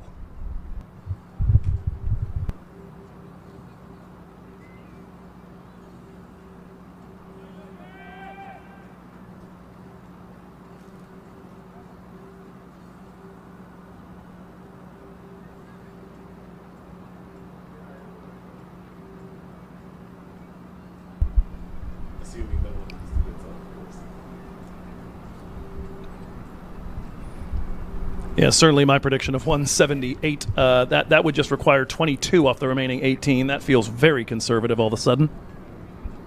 I have confidence that if I went into the car, got the bat that's been sitting in my trunk for about 5 years now, padded up, I'd need a left-hander's kit, put you into a right-hander's kit, you and I could go out there and score 22 from 18. I am positive. Running between the wickets would be a challenge. It would be a challenge. Oh, without doubt, yeah. That's definitely the hard part. So especially after a run up just then that started all the way back at your car. Oh, in the air, gone. Obaspinar gives it away. Oh my goodness. So Anwar Ali Khan standing on the corner, make that on the edge of the circle at extra cover. Obaspinar trying to clear him, doesn't exactly make the contact that he would have wanted, and that is wicket number 3. That's the sort of thing that might make my prediction a little more realistic as it works out. But as you said, certainly batters down the line here with just the 3 wickets down that can come in straight away and look to continue to go at a 10, 11 over runs and over clip. But indeed, just not able to get far enough inside the line of that, and it comes up a little high on the bat. Not a powerful shot, not particularly in control of it, and right to the man. You nailed it, because it was, in fact, Obaspinar was backing away to the offside, to the leg side to access the offside. But the bowler Hassan Mohsin followed him, and so with him following the batter Obaspinar, the ball hits high up on the splice of the bat, and for me that is an expert piece of bowling. We talked earlier, he's only bowled 2 overs. They went for 25 runs combined, so very expensive, but boy does he make up for it here. Well, about to get a look at our 3rd different Major League Cricket lid out there. We saw earlier Andres Jos with the Washington Freedom Eagle on the front of his helmet. Of course, the gold Unmukchand LAKR lid, and now Seattle Orcas in the house. Ali Sheikh in at 5. Well, this is the scenario that you want if you're a Kings 11 Dallas fan. When Ali Sheikh came in earlier in this week, he was coming in the 6th, 7th, 8th over. And for me, that takes away from his natural aggression. Here, he's coming in with only now 16 balls remaining. So he might take 1 or 2 balls before he tries going for his shots. But he's naturally aggressive, and you would anticipate that this is when he'd be able to express that aggression. Pulled away into the deep. Unmukchand hitting to the big side, as we keep talking about. It's just a single. I guarantee you that you're not going to see any short deliveries to Ali Sheikh from this end. 138 strike rate in the regular season. He was 19 off 23 with a 4 in the match on Friday. There it is again. Tuesday. I fixed it on 2 of the spreadsheets. I didn't do it on the other 2. Well, I know what I'm doing at the innings break. We heard about the rivalry between him and Urshilo Garkar, who took his wicket that day. Those two seems very good-natured. Oh, bit of likely largely cell phone-based sledging. Interestingly, it appears as though the game will be delayed for a different reason. Apparently, the stitching might be compromised on the ball because umpire Vishnu Pillai is coming out with the box of balls again. So maybe this gives us some more time to talk through, and I'll hand the ball to you here, Mr. We have royalty in the house. Mr. Owen Brown, good afternoon, sir. And off he goes. Mr. Owen Brown. Anyway, as I was saying, talk through some of the scenarios. You did it earlier, but just kind of talk through some of the things that you might be considering as you think about who goes to Morrisville this weekend. Indeed, Chicago Kingsmen right now trying to limit the target they're going to have to chase. They just need to get that target. They just need to win today, and that'll put them on the plane to Morrisville with a chance to defend their 2024 title and become the league's first two-time champion and first back-to-back champion. Kings 11 Dallas, most ways in which they would win this game would be good enough to get them on that plane instead. It would also, worth noting, mean that they would be responsible for delivering Chicago their only 2 losses this season. The only other points they've dropped, a no result. Just about everybody had that happen. But it's going to be a close win that's necessary by Dallas for East Bay to make it. They would have to protect the target, but have Chicago Kingsmen fall maybe 4 or 5 runs short, and East Bay would sneak their way in. Very narrow window for the Blazers. Those are the permutations at this point as Hassan Mohsen bowls a dot with the newly acquired, less ragged ball. I said they just made a liar out of me. I said I guarantee they would not bowl short to Ali Sheikh from this end. It's a short boundary on his leg side. There he goes. Oh, does he nail this? This is as big a shot as you've seen from anyone on the day, including Andreas House. Ali Sheikh gets his first 6.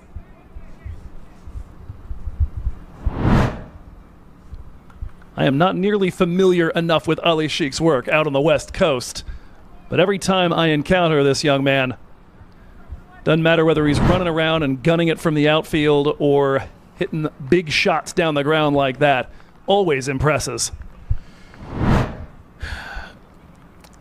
The way that you construct the innings, and I alluded to it earlier, is that you keep wickets in hand, score at something resembling a scoring rate of 6.5, 7, 7.5. But when you get to this stage of the innings, you can have Ali Sheikh and the Asai Malhotras play with reckless abandon. They are brutal in this format, and they're brutal at this stage of the innings. Last 13 balls coming up. Well, Dallas has been amazing setting up their squad to explode here at the death. Skied. Is this far enough, though? It is far enough, and it's on the terrace for the second consecutive 6. 170 at the end of over number 18. That was an absolute rainmaker. With apologies to the folks that have been dealing with the delays in Morrisville the last couple of days, but that is a literal skyscraper. And it is unbelievable to me with that launch angle that it goes that far. Those are some long levers and some spectacular clean hitting there to bring up 170 here in the 18th over. We were worried at one point. They were going along at just a little over a run a ball, 8-9 overs in. That run rate is now all the way up to 9.44, and you said before 190 is in the cards. Can they get to 200? 30 from 2? With this pair at the crease, if they continue hitting like this and they have no reason to hold back here, it is absolutely in the cards.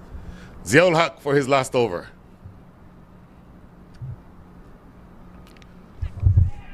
Slashed and gone. That's anticlimactic. That is the end of Unmuk Chand. 77 from 51, but the pace bowler who you know would be most damaging is coming back into the attack, taking a wicket with the first ball of his last over. That is the end of a brilliant innings from Unmuk Chand. Early in the innings saw a handful of opportunities like that, and we've seen Chand willing to leave the bat out there and to take those slashes on balls on that off stump, fourth stump line. Here, brilliant stuff creating the angle. This time, though, going for a little closer to the Yorker length, and it ends up off the toe of the bat, edged through to the keeper. Chand caught behind, 77 for him off his 52. 7 4s, 3 6s. That accounting for 46 of his 77 runs just right there. He'll give way to Sahib Malhotra, who we saw with a lovely cameo in the match 2 days ago. That one against the East Bay Blazers certainly gave future adversaries a little something to think about with a few big lusty blows down the ground.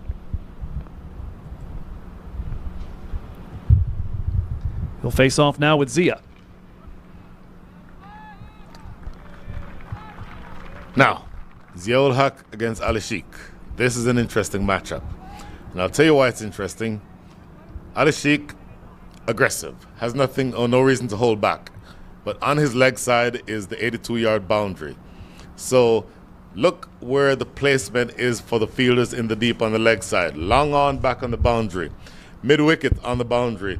Backward square leg on the boundary. So they want Ali Sheikh to hit in the air in that direction. If you clear an 82-yard boundary, more power to you. But he's hoping, Zia-ul Haq, that he'll get under it and sky it, and there's tons of room out there for any errant shots to be corralled in.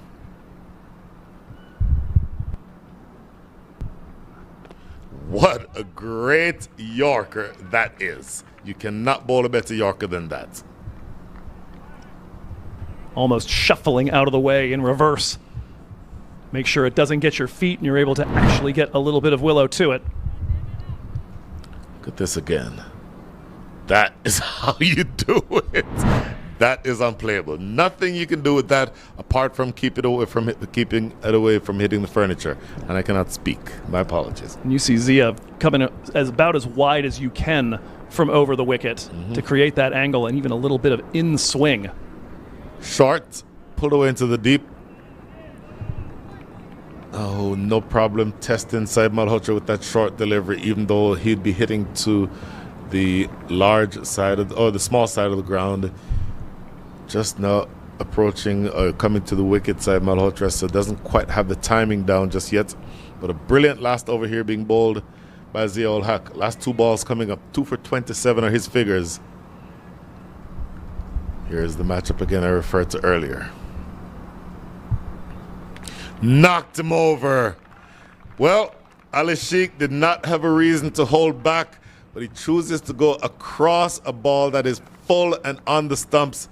That generally spells disaster. Wicket number 5 is down, courtesy of the 3rd wicket taken by Zia-ul Haq. 173 for 5 is what the Kings 11 Dallas are. And on a night when the run rate has been going at 9s for Zia-ul Haq to be sitting here at 2 for 27. 3 for 27 now with 1 delivery left in his spell. Pretty darn impressive to be sitting there at or just under 7s amidst the carnage that we have seen. Admittedly, most of that happening since the power play spell, but even still. Same personnel managed to keep them in check as we take a look at the delivery that dismisses Ali Sheikh. Swerving its way in, perhaps a little bit of reverse swing, and right into the top of leg. Yeah, Ali Sheikh will want to have played that one down the ground in the V. Looking to play to mid-wicket, full and straight. And as I said, I didn't think that he would hold back because he's no reason to hold back anything. 7 balls remaining in the innings. But this man who is at the crease now, Saqlain Haider, the number 1 scoring shot that he has is the reverse sweep. So ignore the fact that he's going to line up as a lefty. He can hit the ball 360 degrees. I don't know if he'll take on Zia-ul Haq from the very first ball, though. Let's see. He will retain strike, you would think, to start over number 20. Who is going to bowl over number 20? Joe Hickey. Ghulam Madassar. It certainly looks like it's going to be Ghulam Madassar. You do have Tajinder Singh. That did not go well. And of course, you're not going to. You've bowled out Hassan Khan. You've bowled out Anwar Ali Khan. And of course, Zia-ul Haq just now. So it would absolutely have to be, you would think, Ghulam Madassar. Look at at that highlight again. A couple of highlights. Andres House is the man who was dismissed. And the last time Ghulam Madasa bowled, he did exactly that. Got rid of Andres House. Take a quick look at the wickets that have fallen. That was a big one, Obaspinar. And this, Big Nick, end of Unmuk Chand. His reaction tells you the story. And then here, Al-Ashik, instead of keeping it in the V, chooses to try to play to mid-wicket. Loses his leg stump. Last over coming up. And it is, in fact, Ghulam Madasar bowling to Sakleen Haider. Get a single here. I believe it's going to be leg by watch umpire Shane Samuels. Oh, let's see. Not quite sure here. Nope, giving runs off the bat. That shot looked like an optical illusion from our pitch camera. It seemed like he had thrown it already, and then all of a sudden it pinged away. I'm not quite sure what sort of awkwardness brought that about, but certainly runs off the bat. Let's take a look at the replay again. Let's see where this went. Oh, clearly. Oh, there we are. Okay. Inside edge onto the pad. Said Malhotra with the big wind up, but not able to get this back past the bowler. So a bit of a fight back here in the last couple of overs from the Chicago Kingsmen. For a while, you and I were just talking about a score in excess of 200. But they pulled things back, gotten rid of a couple of really dangerous hitters. The most dangerous of them, I believe, being Al-Ashik, at least in this context at this stage of the innings. And now just 4 balls remaining. That is well bowled. A slower delivery. Do they come back for the second? They are coming back for the second, and not collecting the ball cleanly allows them to get that second run.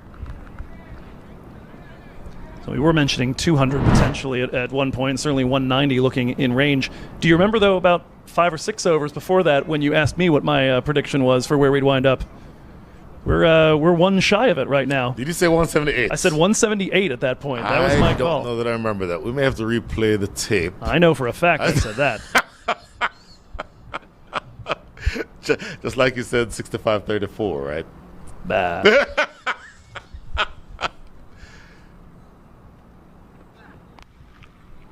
Have to come back for the second. Have to come back for the second. That's a great piece of fielding on the boundary, but 2 runs almost guaranteed there. So the last 2 balls of the over, and unfortunately, you're not much of a prognosticator, Mr. Joe Hickey, as they've gone sped right past your projected score. Hey, I'll take it. I'm in the neighborhood, and depending on moment to moment, it's looked like that score could be anywhere from 10 runs below it to 20 runs above it. So it's been a few wild swings here in the late going, and looking to see what that target is going to be for Chicago Kingsmen to book their ticket. Great delivery. Yorker and gone. Bang in front of the stumps that hit him on the top of the front foot, I believe. And umpire Shane Samuels taking his time, deliberating, but I don't think that there was any doubt that that would have crashed into the base of the stumps. 179 for 6. That's 4 wickets now in the span of 17 deliveries. Wow. Look at this again. Oh, what a great delivery that is. There's a reason why you call Yorkers sometimes toe crushers. That is the toe crusher that you want to see. No, that one is absolutely crashing into the bottom of middle stump if the toe's not in the way. Brilliant bowling. So, Amshad De Silva has 1 ball with which to have all the fun in the world he wants. Ghulam Madasa, how about him? His reintroduction into the attack, absolutely brilliant. Great Yorker again. And so they'll get a single to close things out. End up at 180. What an innings. Ebbs and flows. Started out shakily, the Kings 11 Dallas. A big partnership by Unmuk Chand and Andres House brought them 130 runs. And then sort of contributions down the order with a couple of wickets here and there. The batting. Indeed, there's a 77 and the 62 for both House and for Unmuk Chand, their 17th time past the half-century mark here in MILC. That on the heels of that early dismissal of Raymond Dar. After that, yeah, a few contributions here and there. Ali Sheikh, a couple of massive hits down the ground. But Ziaul Haq and Ghulam Modassar, a couple of phenomenal overs down the stretch. Also, for that matter, Hassan Mohsen in his final over from that river end, taking a wicket, just giving up the one Ali Sheikh 6, and otherwise doing some good work as we take a look at the bowling card. The bowling was in a couple of different chapters. The first chapter, very good. Second chapter, expensive and coming good at the end. I want to highlight Ghulam Modassar. First 2 overs went for 25.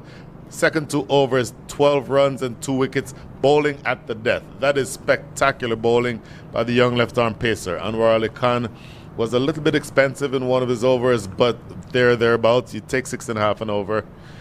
And with Hassan Khan holding things together, the one expensive over from Tajinder Singh. But look at these highlights. There's Unmukt Chand right out of the gate. Andres House in early after the dismissal of Raymond Dar. A few tasty little flicks from Unmukt Chand. First one just over the hands of a player in the circle. Second one a bit more convincingly. That one a little streaky, but you earn that sort of luck when you play the way that Unmukt Chand does. Here's Andres House, little brute strength. Chand open in the face, edgy. House targeting houses. House again down the ground. 5 sixes for him in the course of his innings. He sits at 98 in his minor league cricket career. Another one there. Unmukt Chand, classy cover drive. If I recall correctly, I think that one was the one that brought up his 50 a moment ago. Andres House, though, went for 1 6 too many as this one hung up in the air at mid-wicket. And that was the end of him. That would begin a procession of wickets lost. So we see here Obas Pinar nearly getting caught out of the boundary, and then moments later edging to the man at extra cover. That was the first of those 4 wickets I mentioned that fell in the span of 17 balls. First, Ali Sheikh would do his damage. Then Ziaul Haq, first in the penultimate over, would get Unmukt Chand to nick off behind. Soon thereafter, took off the leg stump behind Ali Sheikh. 3 wickets for him and that great economy. And then the Yorker of the day from Ghulam Modassar, that taking care of the final wicket that would fall.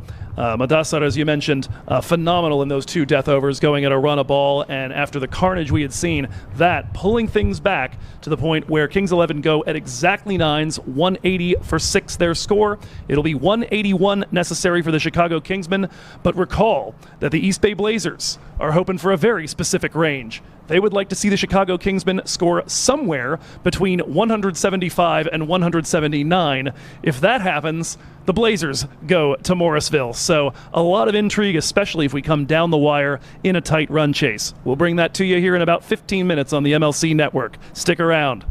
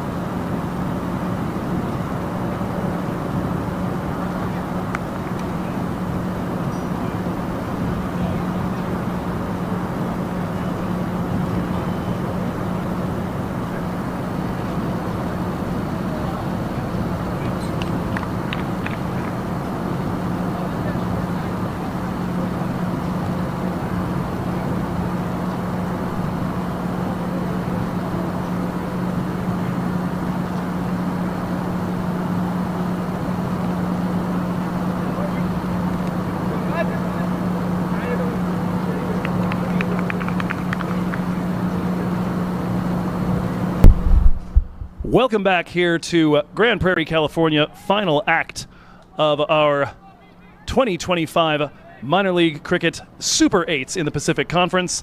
We moved Grand Prairie from Texas to California. Did I say? I knew I was going to do it eventually. Dang it. Ah, you're right. We cannot trust my own recollection of anything I've said. I've been worried about that. Every single broadcast I've done my whole life has been from California until this week. At any rate, Grand Prairie, Texas. More important things, though, here as Obis Pinar will open the bowling. A defense here for Kings 11 Dallas of a target of 181. The target that Chicago will have in mind is 181. They get that. They are on their way to Morrisville.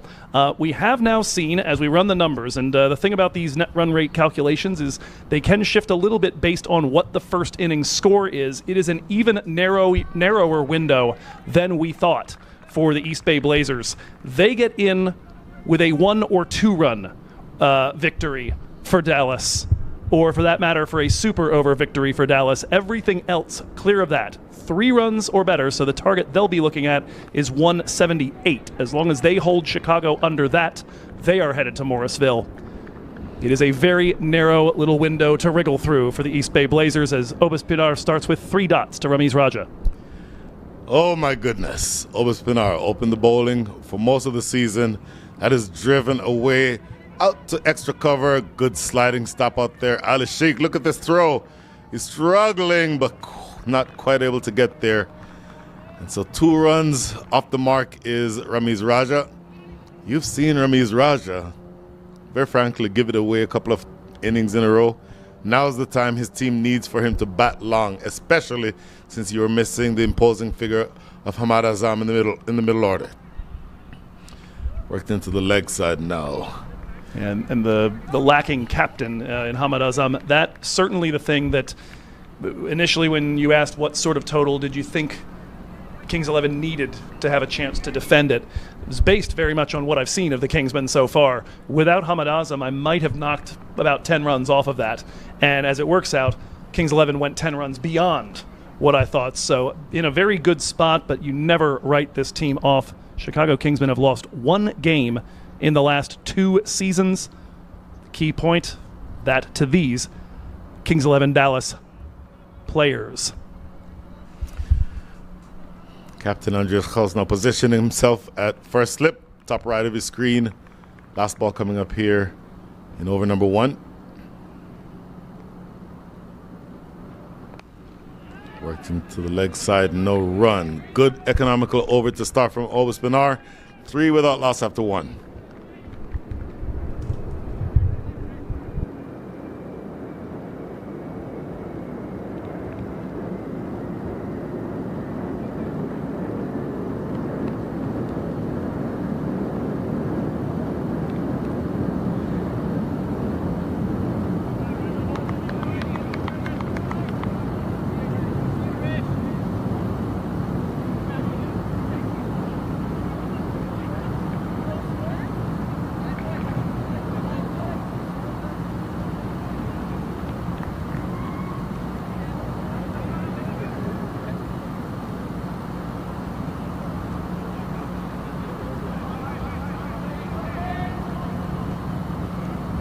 So it is the youngster, left arm quick.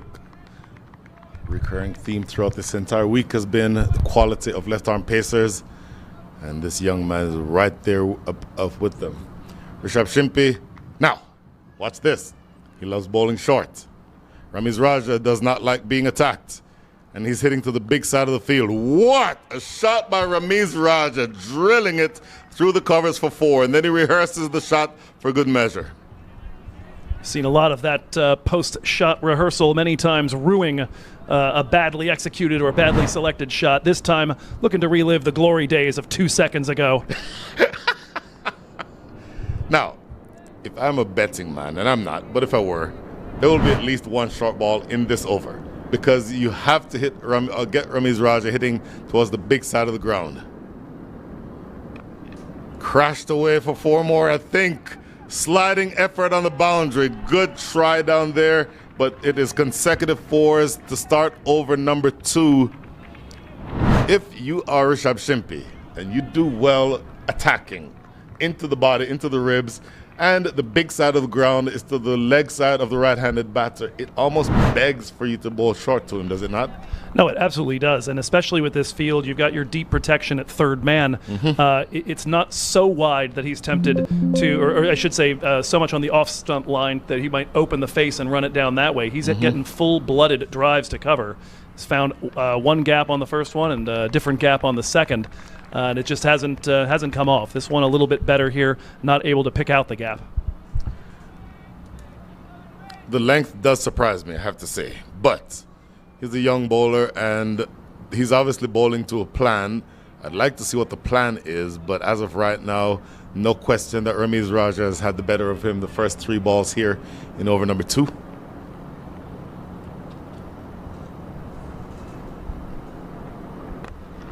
Still bowling full, but a couple of dots after the initial 2 fours to start over number 2. The beginning of the innings, the required rate was 9.05. 9.05 has now increased slightly to 9.27 because of the start of 6.6 and over. Not so different from how Kings 11 started, though.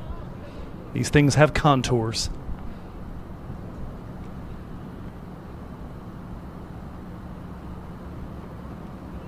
Great delivery, goes past the outside edge. So good comeback so far. It is Saklen Hader, by the way, the man with the gloves on. 3 dots after the initial 2 fours. And he's still got the bouncer up his sleeve if he wants it. Oh my goodness, now would be the perfect time to use it. There's square leg in position on the rope, of course. He's the only fielder out there on that side. It's absolutely square of the wicket, square leg. So watch Ramiz Raja if he chooses to go short. Does not go short. So excellent comeback for young Rishabh Shimpi.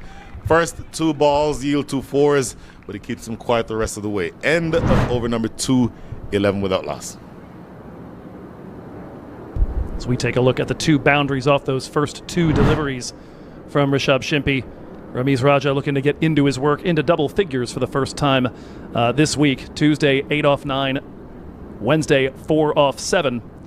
His partner at the other end, Faraz Ali, currently sitting on none from 1, has just faced 1 of the 12 balls. And Faraz will also be looking to try to get himself into double figures for the first time. Fell just short, 9 off 14 yesterday. It was bowled by Saurabh Netravalkar first ball in the debut game here between Silicon Valley and Chicago. Oba Spinar just given 1 over to start with. Holding him back potentially for the big hitters in the middle of the Chicago Kingsmen's lineup. It's now going to be Amshi De Silva to bowl his first over, replacing Oba Spinar from the theater end. And Amshi rampant on Tuesday, taking the wickets of Ganesh Pereira and Abhishek Paradkar against the Blazers. Got Jayasuriya yesterday and a phenomenal catch to dismiss Raymond Reefer. So a string of dots in a row now. 5 of them in all. Amshi De Silva, excellent bowler. And you saw him bowl those real banana balls. The balls swinging into the right-hander, make that into the left-handers, away from the right-handers. Here he's bowling to the left-handed side for Faraz Ali, none from 2. Not surprising that there is no slip with the ball swinging into the left-hander. This one is too wide though, so he'll have to re-bowl that. You figure that's evidence of trying to start that thing a great deal wider and swing it in towards off stump, or just a general misfire? Yeah, he just missed his line. Wasim Akram, in his best day, would not be able to swing the ball from the wide line back onto the stumps. Well, I didn't mean that was the line he was going for, but just more whether that's the plan here to start it out a little bit wider than the first delivery was. That's close. That is close, but umpire Sundaram Subramanian says no. I want to see what he sees on this replay, but it certainly was worth a shout. Oh, very straight. See whether it's height or just too much swing. Oh, this is close. Yeah, maybe height, but that is a tough one. That is as close as you will get without that not being out. Height, I think, would be the only issue. It is certainly pitching in line with leg stump and likely was going toward hitting leg stump. Turn around the corner here now. So he had a couple of expensive first couple deliveries bowled by Rishabh Shimpi, but since then the runs have dried up a little bit. Maybe not dried up, but 2 runs in the last 7 deliveries. So Amshi De Silva's introduction into the attack has worked wonders, as have the last 4 balls bowled by Rishabh Shimpi. Now, different proposition here, as he'll be swinging the ball away from the right-handed Ramiz Raja Jr. And I would not be surprised. He probably want to be very defensive. So there's no slip fielder, not on the attack. I think the idea here is just to limit runs as opposed to taking wickets. Solid delivery. Bang on target with that full ball on the stumps. Well defended by Ramiz Raja.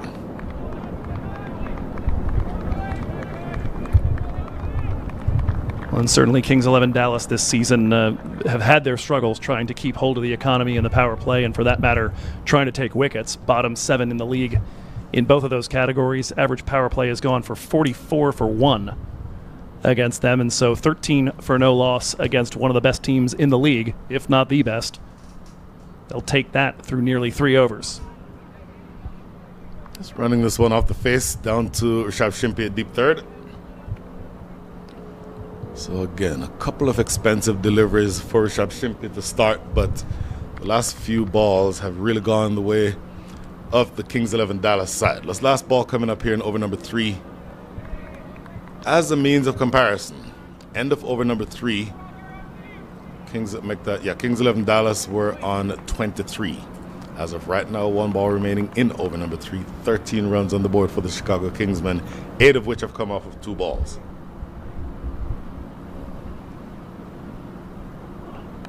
In the air, ooh, just to the left of the man in the cover, Saeed Malhotra. That is a single, a risky single in the sense that that easily could have been a catch. That's the end of over number 3. 1 run coming from that last ball and 3 runs from the over. 14 without loss.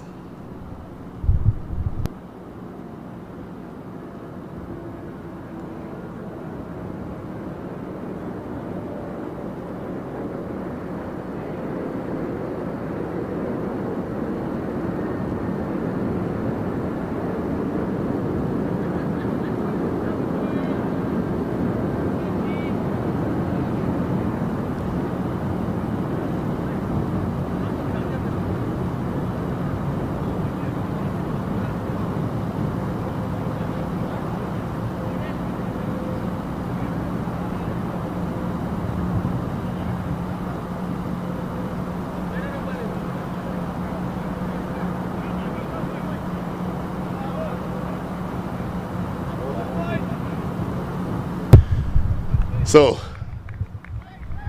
do I see Oba Spinar taking a long run?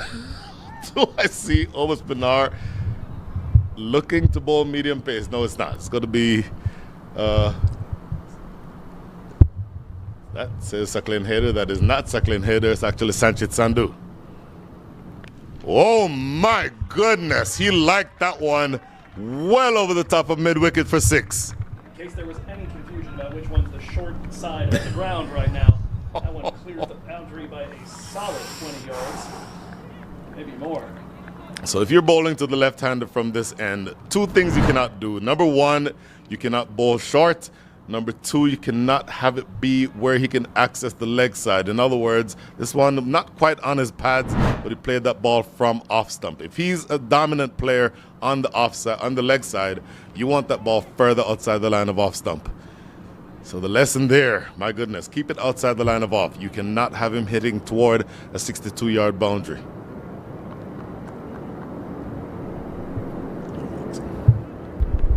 Big 6 there to pull the run rate past 6 runs and over here, over a run a ball for the first time in a bit.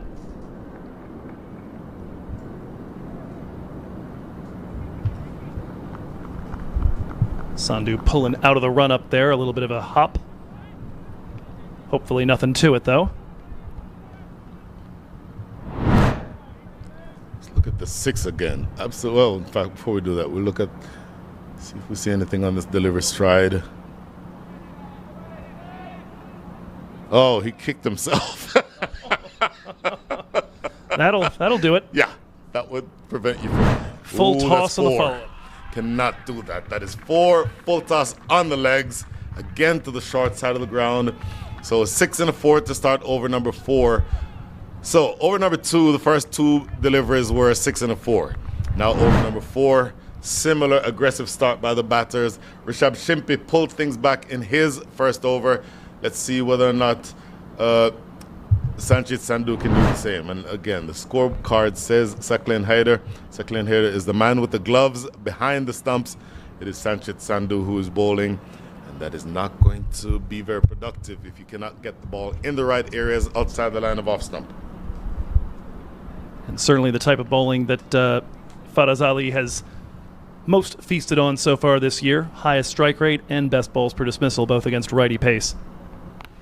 Oh, no. Mr. Joe Hickey, the 2 things I just said, can't bowl short, can't bowl on the pads. That was both. ¿Por qué no los dos? As we continue with the Spanish lesson. Now, in fairness, it was not on the pads, but that length is not going to trouble any batter of repute. And absolutely cashing in on that ball was Syed Faraz Ali. So 3 consecutive boundaries, a 6 and 2 4s, and that's a very expensive start to the over.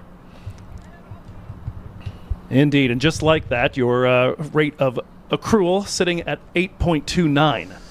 And so Chicago Kingsmen getting that pressure release, getting the opportunity to grow into this. A lot of dots from those first 2 overs, first 3 overs that we saw.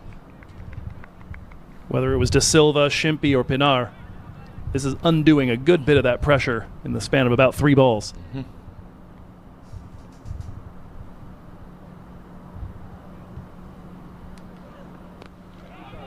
This is better. Line is outside the line of off stump. Just punching that short mid wicket area, no run. I said short mid wicket. It's more mid on.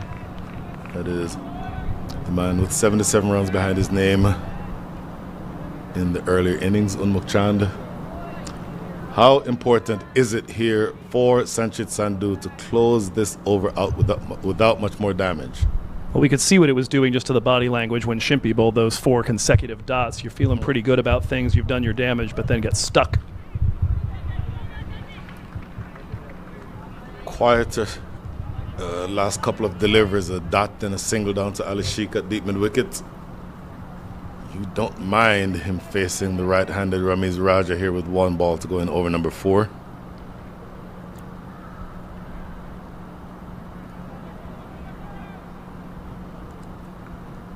Shifts around in the field, of course, with the right-hander on strike as compared to the lefty. Your priorities are now different. You don't mind him necessarily hitting in the leg side. You don't want to put it on a tee. Ramiz Raja is a powerful striker, but you do have some more margin for error if you miss too straight or too short.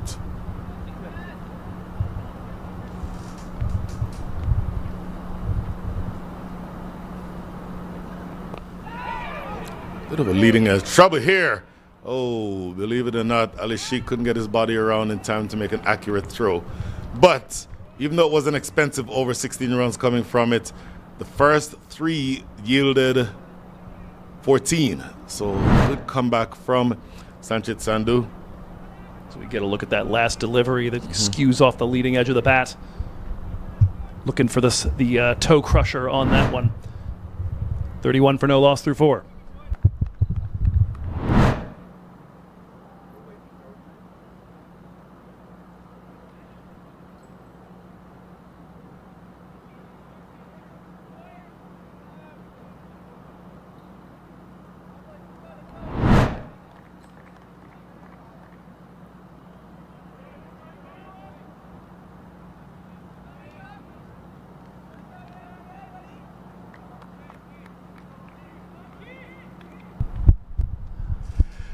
Starting over number 5, Amshad De Silva continuing. Appeal. Long extended appeal, but not out, says umpire Subramanian. I believe going down leg on that one. Let's take a look when we can get the opportunity. I think from that angle, I would not be surprised if that were the decision made by umpire Subramanian.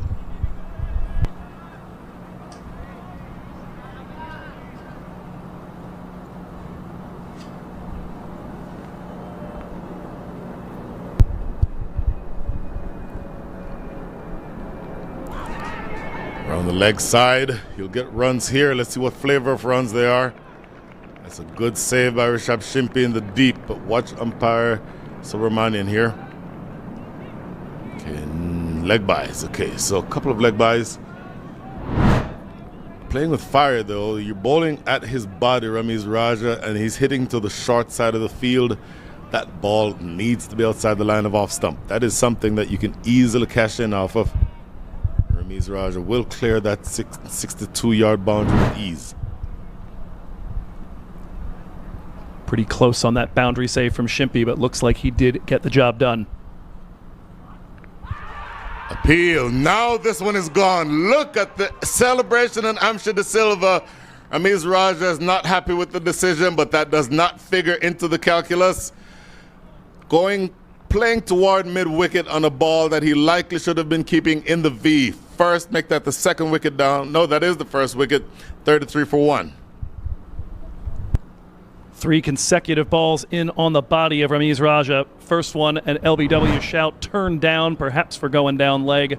The second flies away to the boundary for runs. This one, oh, there it is too. The shape in the air and the slight nip back.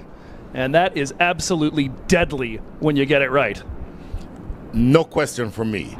He's bowling wicket to wicket, delivering from very close to the stumps. Slight amount of outswing. So that ball for me is pitching on middle and leg maybe, and straightening.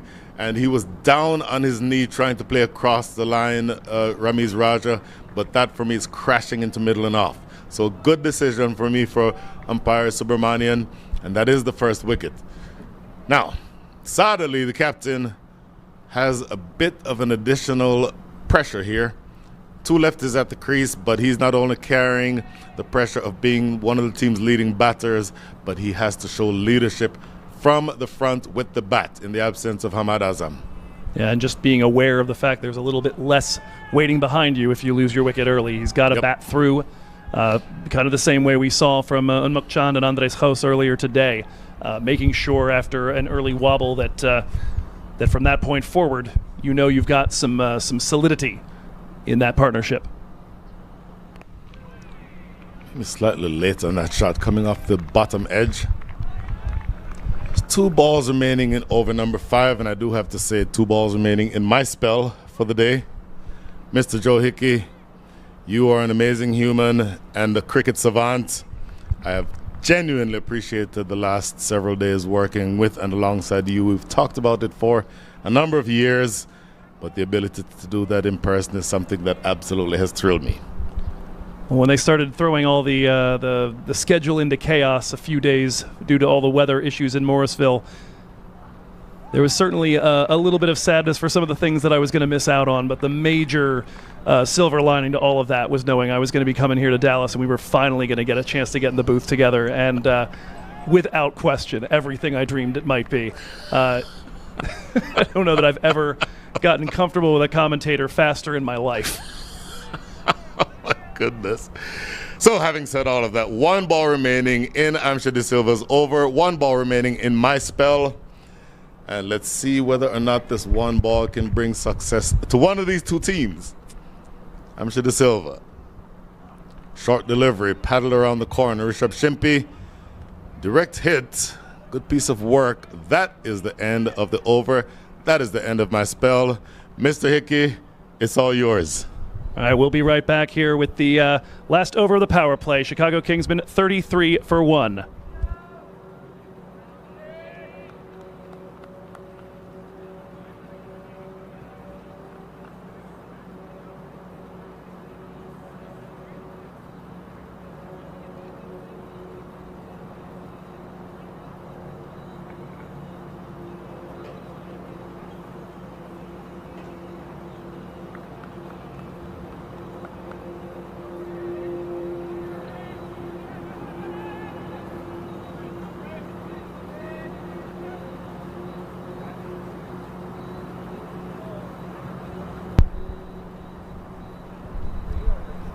Rishabh Shimpi will be continuing here and rather taking back the ball from this river end of the ground. His first delivery worked around the legs quite stylishly by Faraz Ali, and that is going to be a 4 on this first ball of the final over in the power play.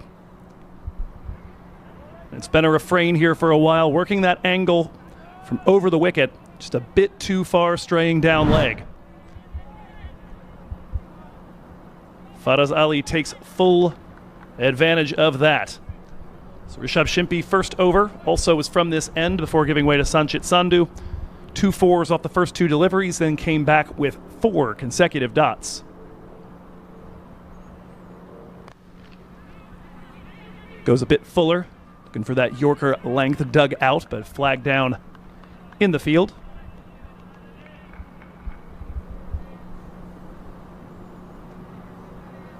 Dot delivery following that. The 4 runs earlier given officially as leg byes. So I will be the one taking you home here from Grand Prairie, Texas, not California. Stepping forward and picking up a leading edge. That ball is going to find its way over the top of backward point.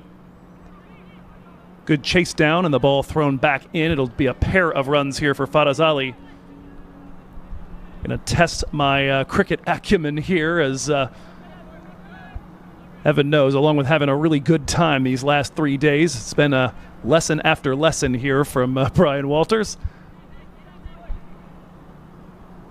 That one, to the best of my look, did not look in control, but got the job done. 2 from that one. Now shuffling back and working a ball to square leg for a single.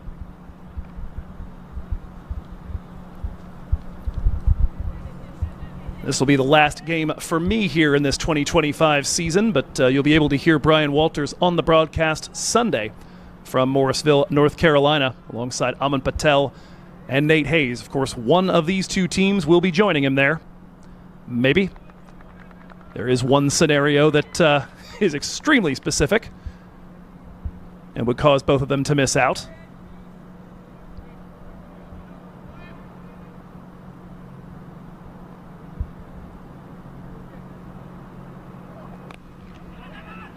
Ball pushed to the offside, looking for the quick single. Seemed like the batter, Saad Ali, was off a little bit quicker than his partner. But they eventually reach an understanding here. Lefty pace, not something that Faraz Ali saw at all in the regular season, amidst his 54 runs scored at a 108 strike rate. Syed Saad Ali didn't see a ton of it. Not terribly successful against it either. 7 off 12.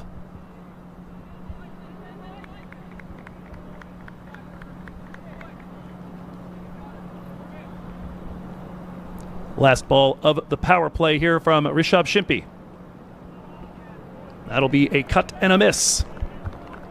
And so Chicago Kingsmen finish up their power play at 41 for the loss of 1.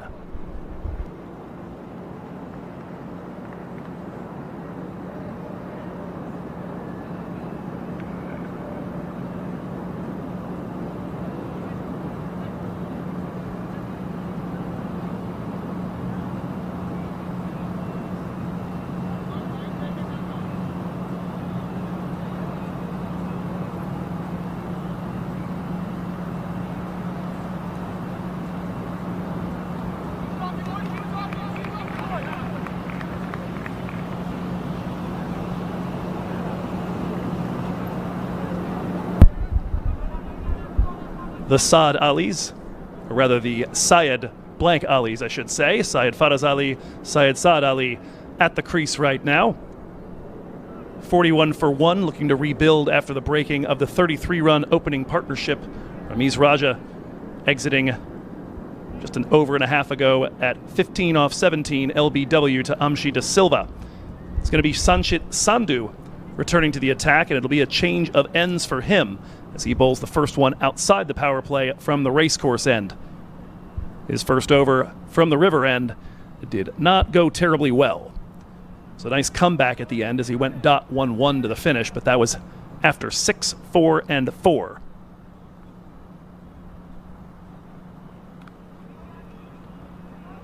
First delivery, bang on target.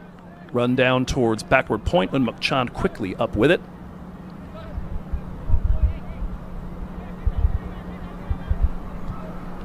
Sanchit Sandhu 1 wicket in his 8 overs of work coming into today.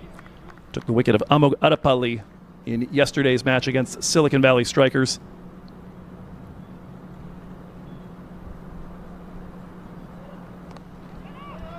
Two lefties at the crease, both capable of going pretty big, but you've got the large side of the ground to their leg side here. Perhaps that motivating the choice to put Sanchit from this end. Has had success against lefty batters this season. 7.30 economy drops down to 6.24 against left-handed batters this year.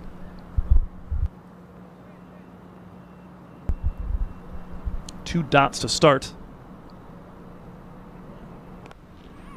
A decent bit of movement in the air from that delivery, but it comes right to the middle of the bat. Shot straight back past the stumps. Syed Saad Ali, at the moment, studious.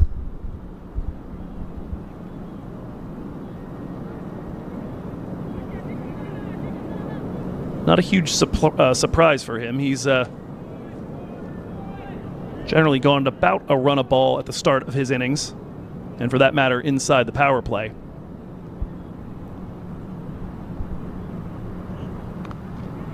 Strike rate does jump up to 160 in the middle overs, though, and so he will, as Brian said, be looking to be leading from the front as the acting captain in the absence of the injured Hamad Azam.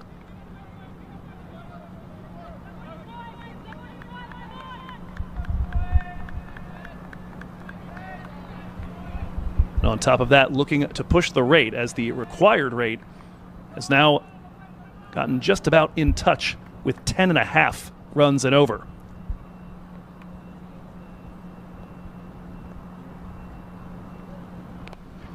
Off pace, and that one is in the air, could be a catching chance. Long run to his side, but a catch taken by Long Off. And that is the end of Faraz Ali. He leaves the other opener with 20 off his 16. He and Ramiz Raja both get into double figures for the first time, but they don't do so quite emphatically enough. We can see there the off-pace delivery, the shot thrown a little early. It picks up an edge, and that is into the hands of the man at Long Off. Sanchit Sandhu, talk about a comeback over. 6-4-4 off the first 3 balls he bowled. Now .11, followed by .1 wicket. That is the Sanchit Sandhu that we saw in the Western Division when he was a power play economy wizard with the LA Lashings a couple of seasons ago. He's showing off right here as he takes the wicket of one of the 2 lefties at the crease. It's going to be a right-hander coming out to replace him, Tajinder Singh, with 1 ball left here in this 7th over. So there is the required rate, getting up towards 10.5. As a reminder of what the stakes are here today, by and large, what it looks like is Chicago wins, they go to the final. Kings 11 Dallas wins, they go to the final. The one exception to that is a 1 or 2 run, or for that matter, a super over victory for Kings 11 Dallas would send East Bay in their place, as they would win the net run rate tiebreaker.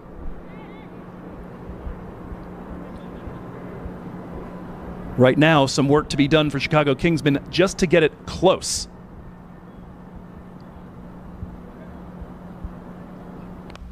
That one's in the air. Did he get his hands under it? No, he did not. Which, of course, then raises the question, did that first delivery and first shot by Tajinder Singh carry to the man in the covers? Let's see if we have an answer to that. No, it did not. 1 hop right there into the breadbasket. Good work all the same to stop it and keep it on the infield. And so just a single run from over number 7. First one outside the power play. And a wicket falls. Faraz Ali, the other opener, gone. Tajinder and Syed Saad Ali looking to rebuild. 42 for 2.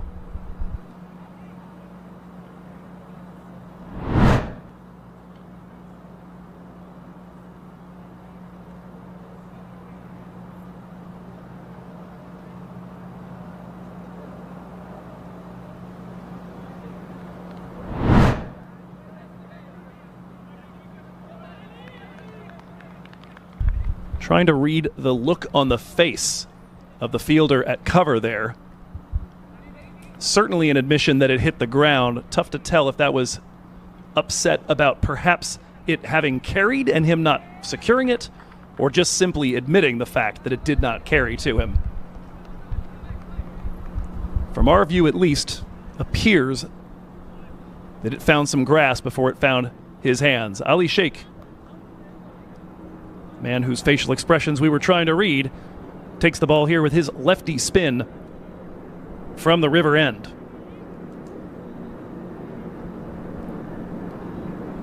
Facing off with Tajinder Singh after the bye on the first ball.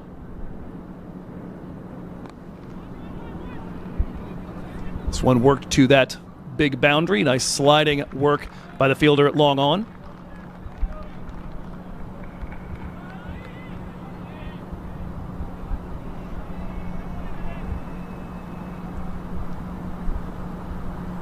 Ali Sheikh, 3 wickets taken so far in these Super 8s. Sujith Gowda and Hizbullah Durrani on Tuesday, Pranay Suri yesterday. He's gone for a total of 55 runs in his 8 overs of work. Just a shade under 8s at this point. Economy on the year, just a shade under 7s. He is also somebody who has had great success so far this year against lefty batters, no surprise. Rather, correction, I got stuck in my own brain. Bit of a surprise. Oftentimes, you keep them out of the attack for that sort of thing. 5.71 the economy, though, against those batters compared to 7s against the righties. That all purely based on boundaries. And so a curious decision to bring him on where the left-hander is going to be targeting the smaller boundary. Here's the right-hander targeting the bigger boundary, and we'll see if that's got enough juice to make it to the rope. Long, long run and good sliding work by the fielder in the deep.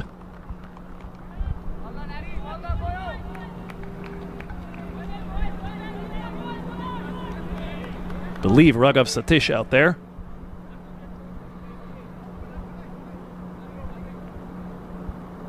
A correction. My mistake. Adam Khan. Looking at the wrong roster. This ball shot straight back at Ali Sheikh.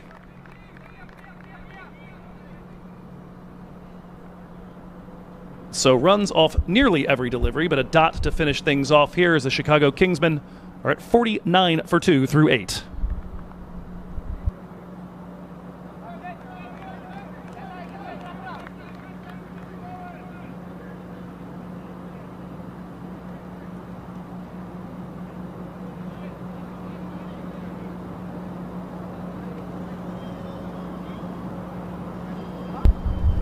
Of course, a game we love to play at this stage of an innings is comparing exactly where the fielding team was at this point in their first innings. And at the end of 8, it's hard to remember after the carnage we saw after the drinks break, but Kings 11 were at 54 for 1. So Chicago Kingsmen right now trailing by 5 runs and ostensibly by 1 wicket. Sanchit Sandhu back in. He will continue from the race course end. Phenomenal second over for him from this end.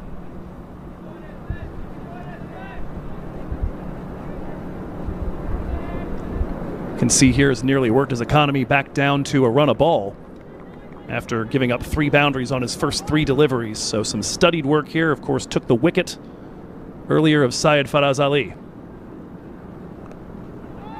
On the back foot and running this into that vacant area at mid-wicket. Long run in from the boundary, but it is claimed.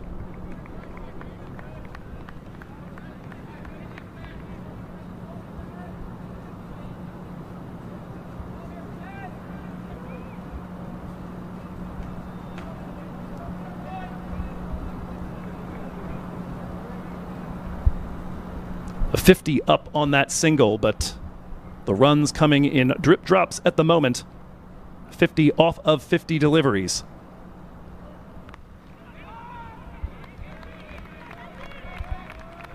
Sandhu continuing with the tight bowling. Very difficult to navigate at this point. And Tajinder Singh, of course, 5 off 6 at the moment.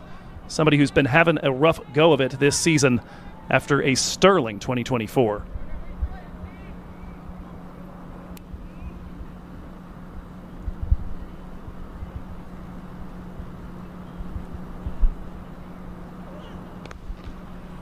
Does finally find the release. A little too much width on offer. Again, though, the long boundary will favor avoiding the ball reaching the rope. Remandar quickly across the ground.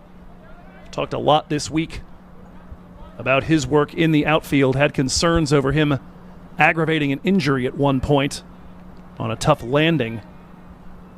Certainly looked like he's not suffering any ill effects of that right now.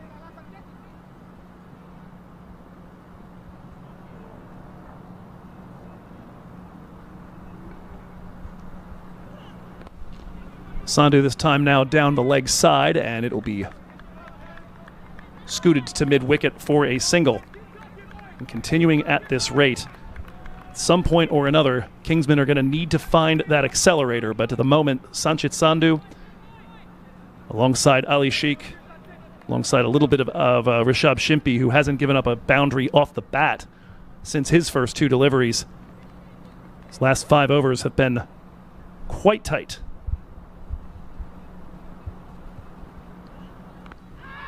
That one comes up on the body. They'll look to take the quick single. Might be a leg by as we look for the signal. And indeed, from our umpire Sundaram Subramanian, that is a leg by to finish off the over. Runs all the same for Chicago Kingsmen. They won't care whether it's attributed to a batter or simply to the extras column. They again sitting at just a run a ball through 9 overs. 54 for 2, the required rate over 11.5.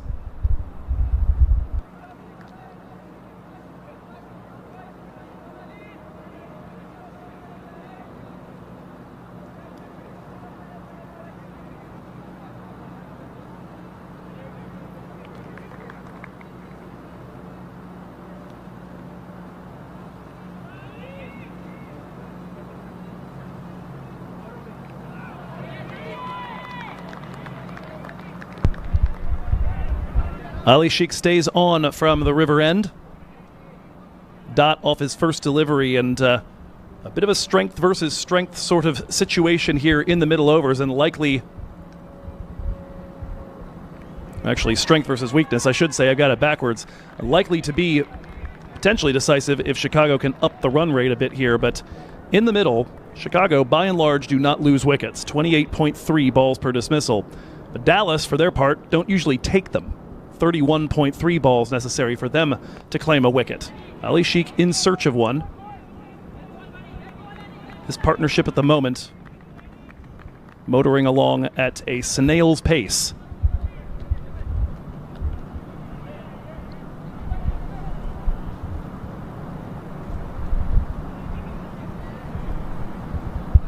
"12 runs now off, or I should say 13 off 16 deliveries since the dismissal of Syed Faraz Ali. Looking to consolidate, but needing to launch in the relatively near future here as we approach the halfway point. Just 2 balls shy of it as another single is run out to the man at long off.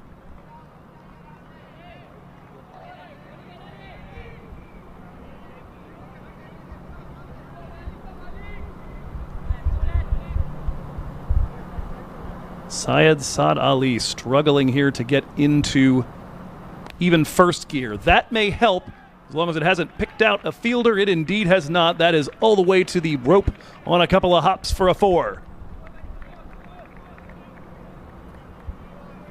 For Syed Saad Ali, his first boundary of the encounter.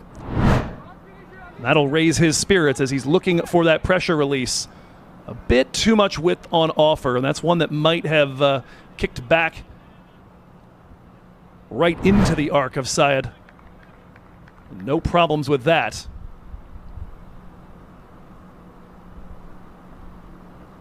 Staying on that wide line, and this one is going to find a gap back behind point. And bigger boundary or not, that is a pair of 4s and certainly a mood lifter as we reach the halfway point and prepare to take a drinks break here. We'll take a look at that 4, even more width on offer than the one that was dispatched earlier into extra cover. And those are some big runs there. The asking rate creeping up in the direction of 2 runs a ball 117 will be required off the final 60 deliveries here in Grand Prairie for Chicago Kingsmen to make a return to Morrisville, or at least a return to the final, I should say, to try to defend their 2024 championship. We'll be right back after a drink.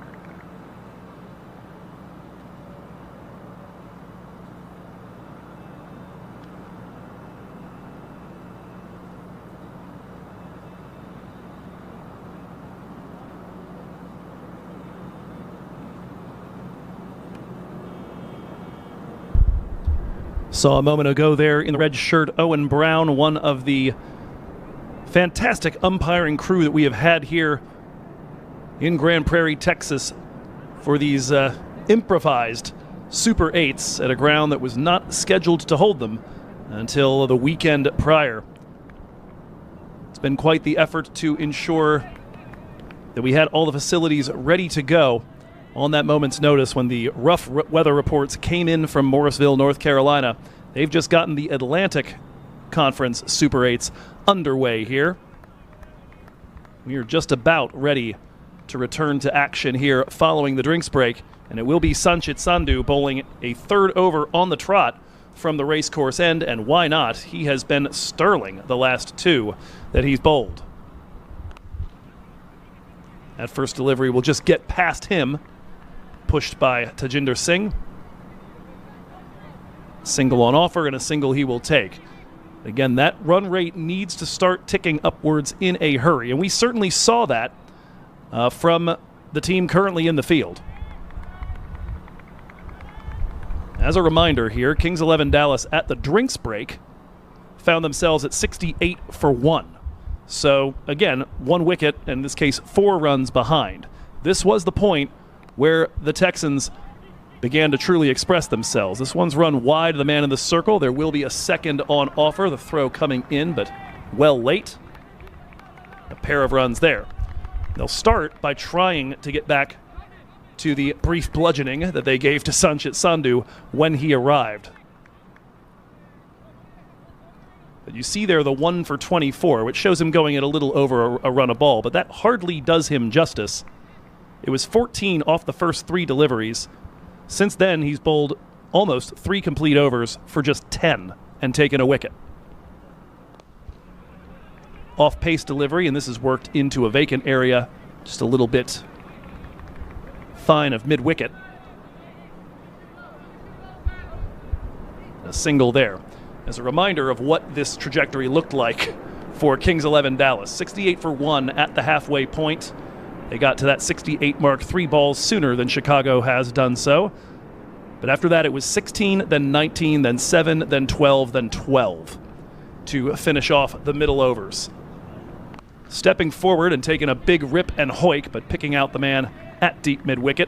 It'll just be a single as Tajinder Singh looking to access that smaller side of the ground. Not quite able to get that big rip to come off properly. With that, the asking rate up to exactly 2 runs a ball. And again, just trying to give you a general sense of how impressive the back end of that Kings 11 innings was.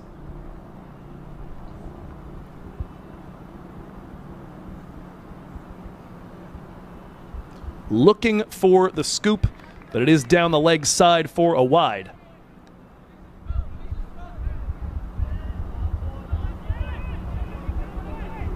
Somewhat remarkably there, the first wide of the encounter for Sanchit Sandhu. He has conceded a lot of extras this season, 11th most in minor league cricket. Generally has that struggle here in the middle overs.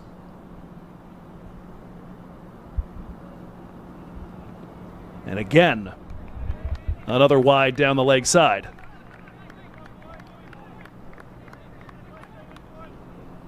Understandably, the powerful left-hander Syed Saad Ali trying to get him to play into that bigger side, see if something will hang up for square leg or mid-wicket to come get.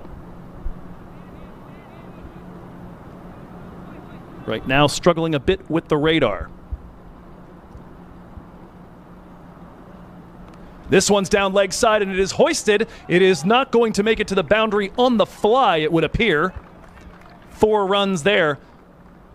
Had there been a fielder a little bit finer, might have had a chance there, but Syed Saad Ali does finally take advantage of one of those balls down the leg side. And no, that was way too far of a run. Admittedly, into that corner that we mentioned earlier is hidden from view from our commentary position. Stuck trying to find it on a monitor.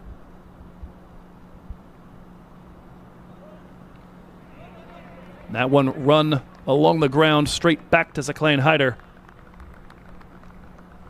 But a little bit of acceleration. Syed Saad Ali, it took him 20 balls, but he is now at a run a ball, 20 from 20. Tajinder Singh, similarly, 11 from 11. Chicago have ticked up the run rate in the direction of 7s, looking to start getting the kinds of overs that are going to be necessary out of these last 9 to move in on a target of 181. Chicago, 75 for 2.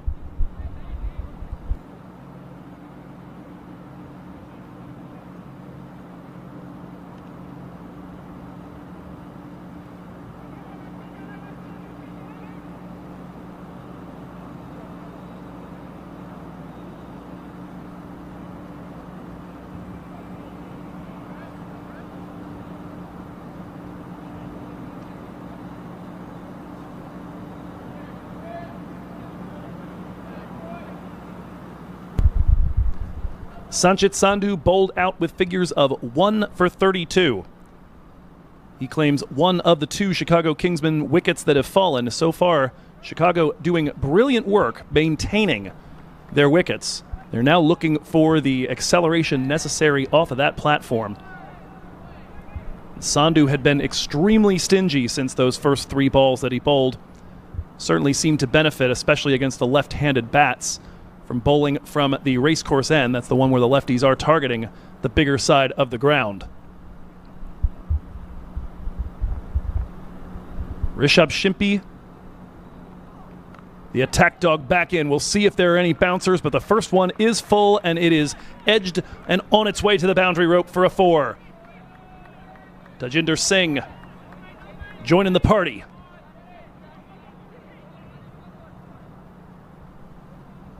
Rishabh Shimpi has given up 4 runs off the first ball of all 3 of his overs so far now.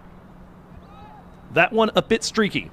That one is toe-ended, smashed into the ground, and skips by the glove of keeper Zaclain Haider. Reaching out for that one. An appeal from the batter, Tajinder Singh, for a wide. We'll see if there's anything to that appeal. At least based on where he's currently stationed, looks like Tajinder may well have been a ways across his stumps, might have moved that wide line with him.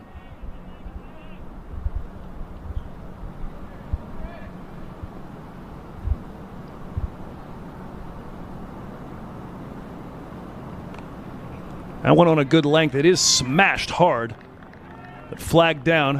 I believe that's Ali Sheikh at backward point. And if so, no surprises there.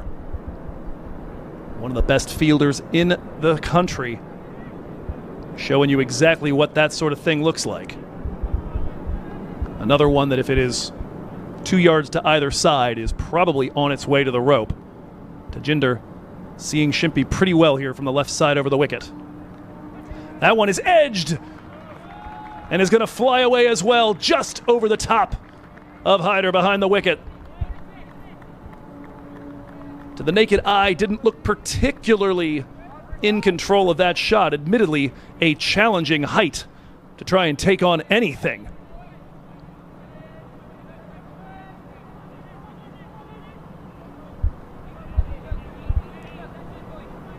That is a second 4 in the over for Tajinder Singh.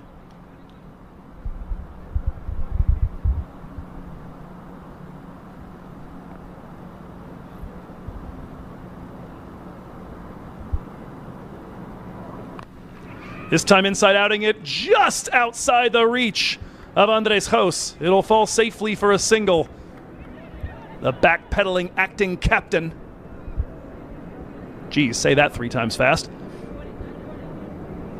Very nearly able to get a paw to that one. Had a couple of shots here that have given just a hint of pause as they've nearly picked out fielders, but that one gets the job done. Tajinder will concede strike for the final delivery of this 12th over to Syed Saad Ali.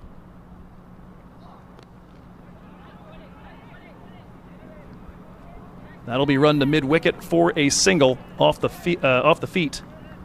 10 runs from that over, and that is getting closer to the rate that is going to be required here as, bit by bit, the Chicago Kingsmen rev up. Both Tajinder and Syed Saad Ali into the 20s. 20/20 vision. They know where they're going. They can see it clear as day. Chicago 85 for 2.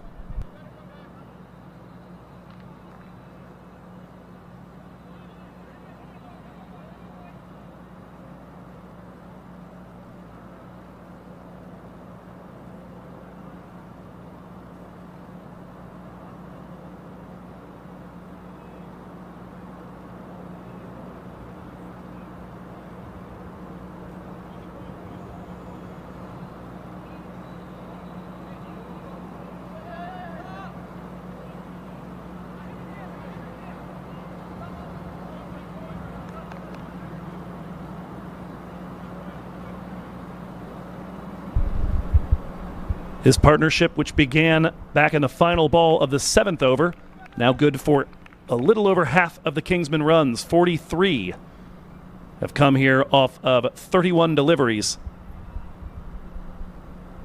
The rate still needs to increase in an effort to stem that tide. Still with 3 overs left in the kitty, Wabis Pinar will come back in from the racecourse end.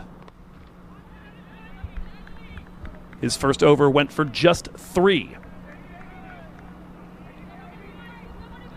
A single off the first.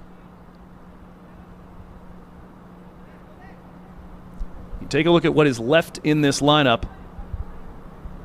past these 2. Of course, the big absence is that of Hamad Azam. You do have Anwar Ali Khan, who can be of some use later on in the piece. You have Raghav Satish, who has batted in the past in that 5-6 region. That one going with the arm from Obas. Worked away to the offside for a single. The big name down the card is Hassan Khan, and Hassan has been the difference. Recall that this Kings 11 team, responsible for the only loss the Kingsmen have taken this year on opening day. This team from Chicago has not had the services of Hassan Khan for this entire regular season, and he has been a difference maker in the 2 games so far this week.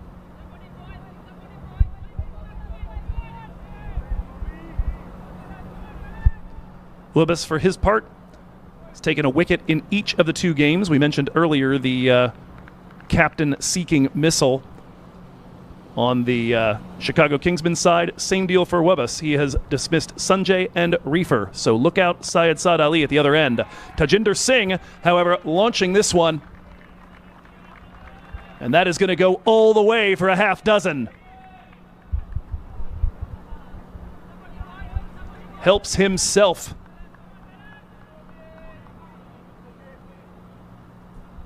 And those boundaries, again, incredibly necessary here for the Chicago Kingsmen as we get a look at the delivery put away here. That one going on with the arm, not much in the way of turn, and hit a good 20 yards past the boundary rope. Back to live action as Tajinder Singh finds another gap. There is deep protection coming around to cut the ball off. It will be a pair of runs.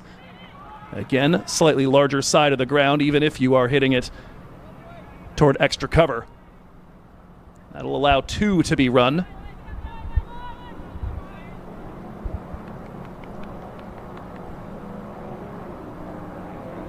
Going to need probably a boundary or 2 per over. Certainly for the next few. That one's lifted and is going to fall just in front of deep mid-wicket. And so Tajinder Singh, after he gets himself on strike, a 6, a 2, and a single, he will stay on strike, now moving into the 30s. Still 2 runs a ball to get, 84 off 42, with Chicago Kingsmen at 97 for 2 through 13.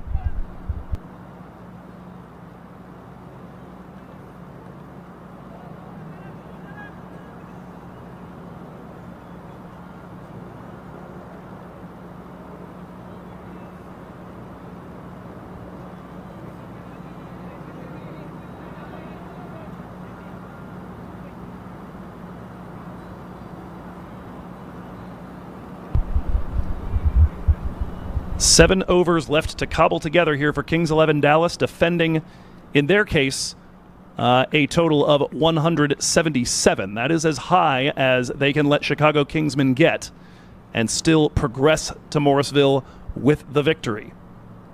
Ali Sheikh on now to bowl from the river end. This ball lifted in the air, has picked out a gap, but will be chased down. They look to take a second strong throw from the deep. They will get there, but at least put a little fear in for just a moment. 2 off the first delivery of this Ali Sheikh over. He gave way to Rishabh Shimpi after bowling the last 2 from this end before drinks. Tajinder Singh along the ground, picked up by Hose.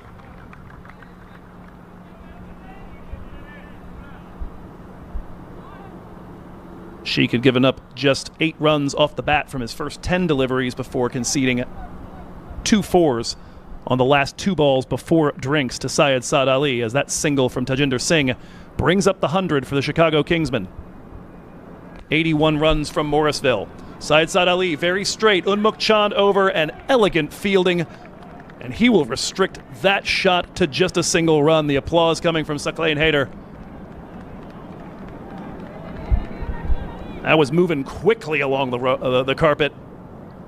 Could very easily have found its way across the rope with a lesser fielder in that long on position.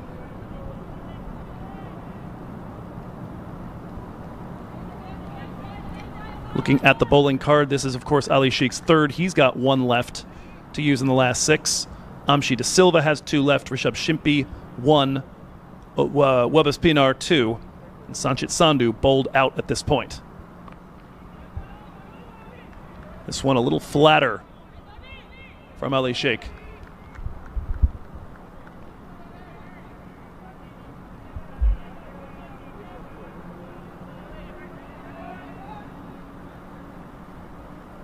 Partnership growing in stature. Missed it a little bit ago, but it has reached the 50 partnership status. In fact, make that 60. A wide delivery. This one lifted in the direction of Unmuk Chand, but it's too tall for him. That one's over the top of long on rather. A big 6 here, and as we said, definitely need at least one of those, or maybe a couple of 4s each over to keep this run rate up at the required 12. They are picking out the right deliveries. This one impressive even for the fact that Ali Sheikh leaves it way out wide.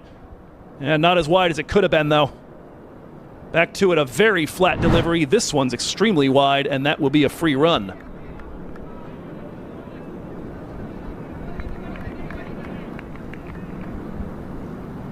All season, teams have been having this experience with Chicago Kingsmen. They just don't go away. Definitely a single. They will turn and try to take the double. The throw is a direct hit. The signal is not forthcoming. Rashane Samuels says nope, he is in safely. They pick up the 2 on the final ball of the Ali Sheikh over. And we'll take a look at how close this opportunity was. Again, Sheikh keeping that line well towards the tram line. taking on the arm of Amshi de Silva. Oh, goodness gracious. We might need to rock and roll that and take another look. It is not a direct hit.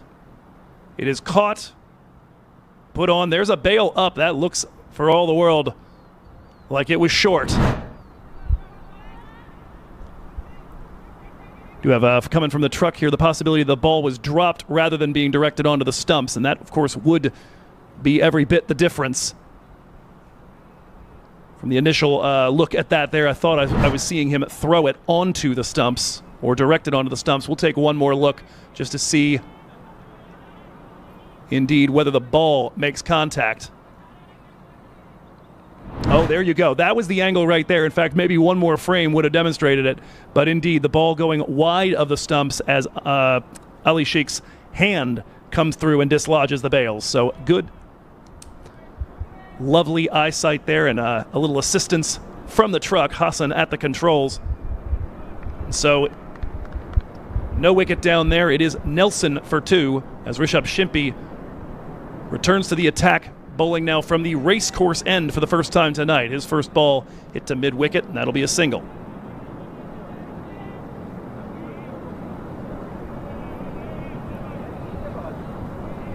.69 now required. They've managed to keep going at that 2 runs a ball rate ever since the required rate hit 12. So we're going to take one more look here at the attempted run out. And indeed, the ball slipping out of the hands, although, yeah, slipping out of the hands, it appears, of Ali Sheikh. This one pulled toward mid-wicket. The long boundary here by Syed Saad Ali. That'll be just another single. Kings 11 at this point can deal with singles. As a reminder, Dallas needs to win this game to progress to Morrisville, and they do need to win it by at least 3 runs. Kingsmen make this very, very close down the stretch. We could easily have all 3 teams still in play for that spot in Morrisville. If we end up at a super over, dare I say that, in the 15th over, it would be a question of Chicago or East Bay. This one is a straight drive down the ground, and that is going to have too much gas in the tank to be stopped. Way too fine, way too hard of a hit. Tajinder Singh, at long last, having that innings he has been in search of for the last couple of weeks here in minor league cricket. Get a look again. Bit of width on offer, and he swings right through the line of that.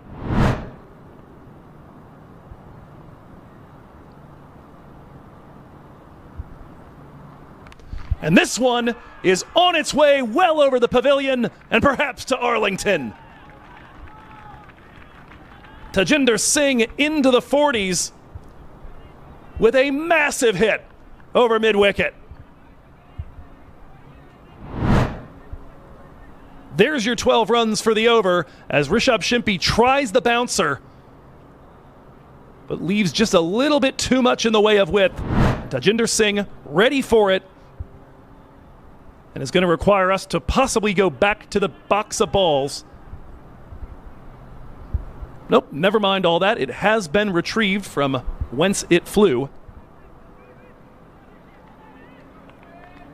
12 off the over already. Rishabh Shimpi has been a bit expensive this week here in Grand Prairie. 38 from his 4 overs on Tuesday, 33 but 2 wickets on Wednesday against Silicon Valley. That delivery along the ground to point.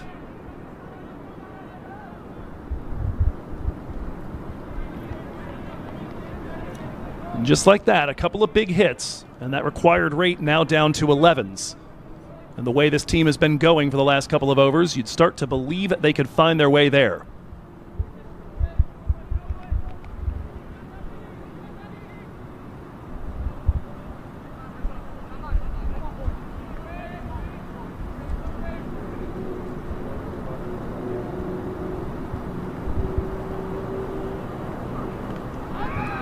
Giving himself a little space and running the ball to fine leg. Syed Saad Ali will pick up a single on the final ball of a destructive over for the Chicago Kingsmen. 14 from the last over from Rishabh Shimpi. He goes for 36 without striking from his spell. Chicago Kingsmen 125 for 2, 56 runs away from the target with 5 overs to go.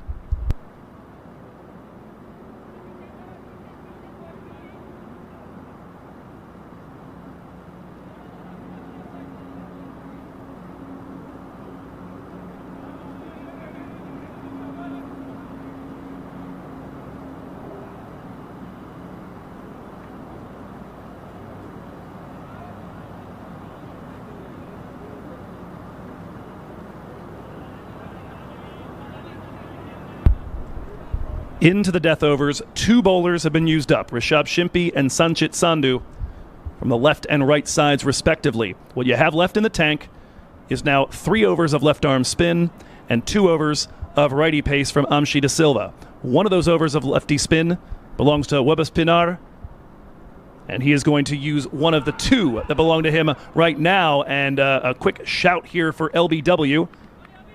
Looked like height may have been a concern on that one in real time. Coming over the wicket, the arm ball. Let's say height and also quite probably going down leg. This ball lifted and Amshi De Silva took 2 steps and then just watched. Syed Saad Ali wants to join the boundary party that Tajinder Singh has gotten rolling here. He equals him with his 2nd maximum of the innings, fetching one from way outside off stump. Down on one knee for the slog sweep. And that one drilled over the top of cow corner.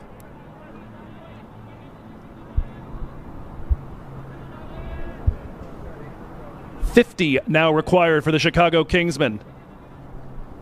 Fans in Chicago and in the East Bay both perk up a little bit.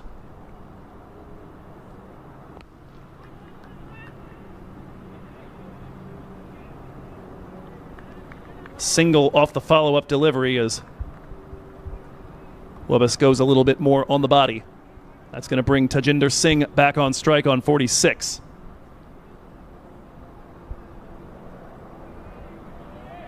It was a slow start to things here, but this innings has had a lot of the same trajectory that Kings 11's did.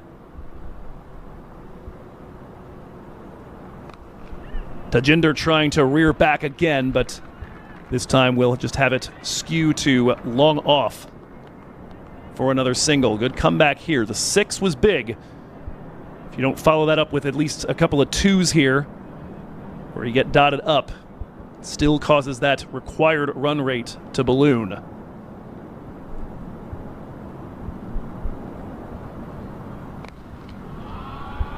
That one is shot into a gap, but a nice long run taken.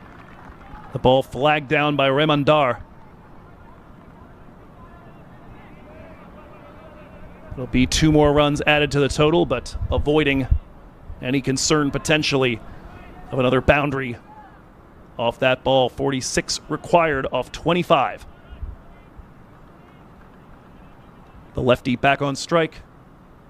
Short side of the ground is his leg side. And that's where he's looking to take it, and that has definitely got the legs. A second 6 in the over. And it's 16 off over number 16. The Chicago Kingsmen close in to within 40 runs of the target and have reduced that asking rate down to 10s. Syed Saad Ali now on 48 from 34. A slow, methodical start, but both he and Tajinder Singh have brought this thing in the right direction. And we've been talking about the worms this whole time and the similarity in the trajectory. Through 16 overs, Kings 11 Dallas were 143 for 2. Chicago Kingsmen through 16, 141 for 2. The game on a knife's edge, and that 2-run deficit, that's going to make East Bay Blazers smile just a little bit.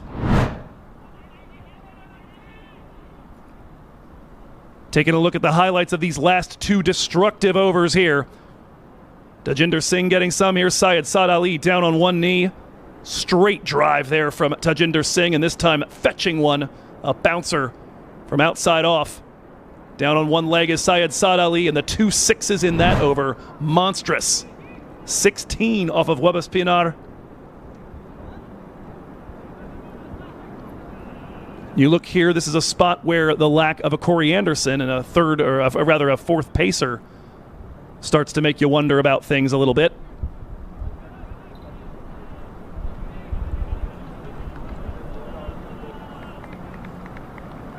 It's going to be 2 overs of lefty spin and 2 overs of Amshi de Silva at this point, unless there is something up the sleeve of stand-in captain Andres Jos. Amshi for the first delivery. That one worked to the gap. Work to do, but that work done. Here comes the throw from Rehman Dar. Skipping around it is Syed Saad Ali. Managing to avoid getting hit by the throw from the deep, and for that matter, hitting the wicket.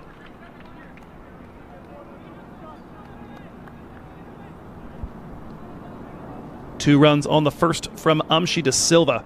Just take a look at that stat line for him so far. Just 8 runs off his first 3 deliveries. Of course, a while back took the wicket of Ramiz Raja. That one halfway through over number 5 back in the power play. An LBW shout. Just 1 wicket has fallen since then, back in the 7th. This partnership has taken half the game. In fact, should have noted there that 2 brings up the 100 partnership.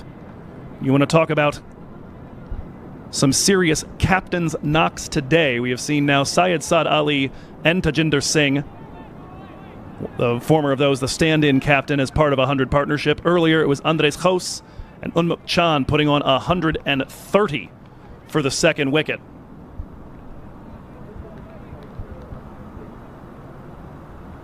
A dot delivery here to Tajinder Singh after the 2. Singh will beat the man in the circle. They'll look to take the quick 2 again.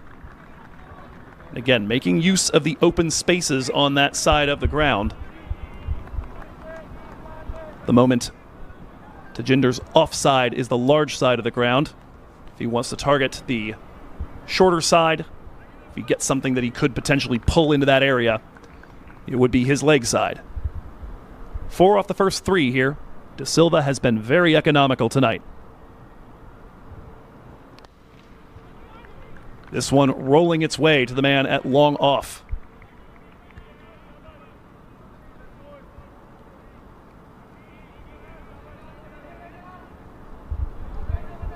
Tajinder Singh with the earlier 2 bringing up the 50. And what a relief that's got to be, the high score for him this season.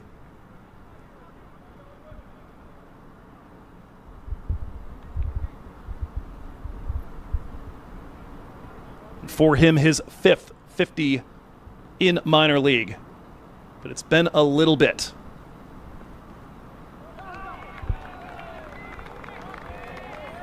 A rip and a miss from Syed Saad Ali on a bouncer. That'll be the 1 for the over.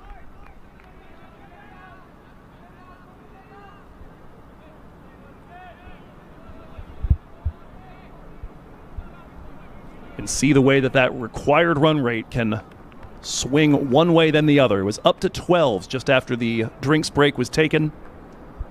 It's been brought down as low as 10s at the beginning of this over. Amshi de Silva looking to pull it back the other way. Worked off the pads by Syed Saad Ali. They will turn. They will pick up a second run as that one gets through the keeper and does not make contact with the stumps. And with those 2 runs, Syed Saad Ali joins the party. He and Tajinder Singh, both with 50s completed inside the same over. The 10th of Syed Saad Ali's career here in MILC, as we take a look at how close he was to losing his wicket on 49. It does appear he was in even with a direct hit. Close shave, but nothing to worry about there as it turns out. Chicago Kingsmen now 148 for 2, 33 required off the last 3 overs for victory.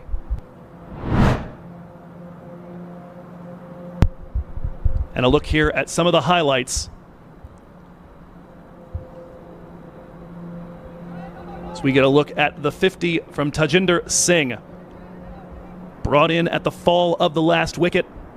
That's Syed Faraz Ali quite a while ago, and he has been showing us a whole host of tasty shots to punish loose deliveries over the course of this massive partnership. And of course, we'll take a look as well at Syed Saad Ali's 50.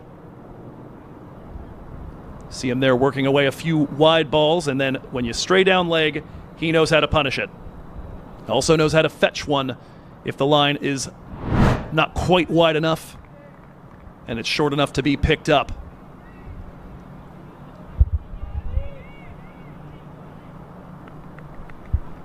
Ali Sheikh will bowl his final ball, or final over here. The first delivery is popped up in the air. Could be the end of the partnership. And on the heels of a couple of 50s being completed, Unmukt Chand with the catch, Ali Sheikh with the strike. We saw it earlier today. Kings 11 Dallas looked headed for 200 at one point in their innings. And then it was a fall of a few wickets in these last 3 overs. Will we be seeing a little bit of history repeating here? And could it be enough for Kings 11 Dallas to secure their trip? Tajinder Singh Dhillon not able to quite get to the pitch of that. Pops it up. And catching practice for Unmukt Chand. The partnership reaches its end after putting on 106 runs, and it was the two rather new batters at that point. Syed Saad Ali had barely gotten a start when Faraz Ali went down.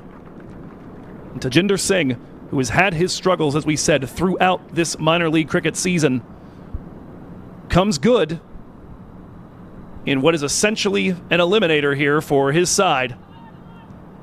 But his night does come to an end. Just 17 balls remaining.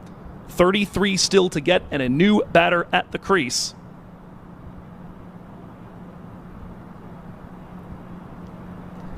But that batter is going to be Hassan Khan. If you've been watching our coverage, I don't need to tell you what this man is capable of. But just in case you haven't, I do have numbers. 27 off 16, 2 monster sixes in the matchup with Silicon Valley Strikers, as that first delivery he faces is edged and blocked by Saqlain Haider. In that match, it seemed like he lost his wicket just a touch too soon before Zia ul Haq and his 3 consecutive 4s got Kingsmen over the line. Hassan is underway here as he flicks that one into the covers. We'll take a look here and see if that was indeed a dropped opportunity. Certainly looks like a deviation. A sharp opportunity there as it got Saqlain Haider in the fingers. That is why you get the webbed gloves, but unable to hold it. That ball shot right back through Ali Sheikh. Long run for Unmukt Chand, but he will keep it in front of him. It's just going to be a pair here as Syed Saad Ali looks to continue.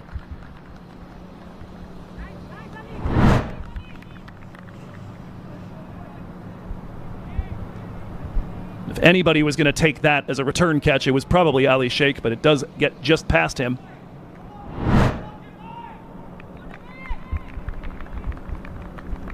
Syed Saad Ali continuing to motor. Now up to 52 runs off 37, 3 4s, 3 6s. He stays on strike against the lefty spinner.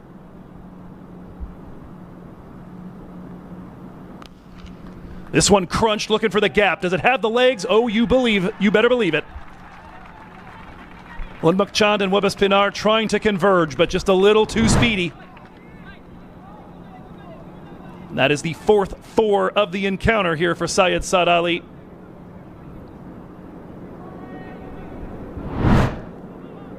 Looking to reassure his side that he is in command of this chase, that these runs are going to keep on coming despite the dismissal a few balls ago of his partner in that 106-run partnership, Tajinder Singh. Reaching out and looking for the gap to the other side of Webis Pinar. This time it'll be picked up instead by the fielder out in the deep. That's Taha Badar. The effort certainly appreciated here, as that is limited to just a pair of runs. But it is going to be 9 from that over. That leaves them with 24 runs to get in the final 2. We're back to 2 runs a ball. A trip to Morrisville on the line for one of these teams, or perhaps the one sitting back at the hotel if a very specific thing happens. We'll be right back.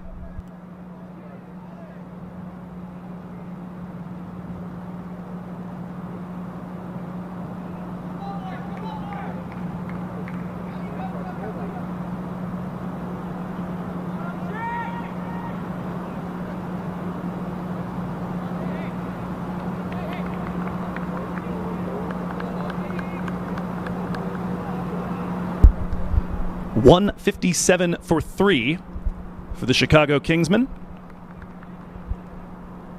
They sit at this point 24 runs shy of the target of 181. We'll try and keep the updates coming to you here, as we seem to be without our graphic scorecard here at the bottom of the screen.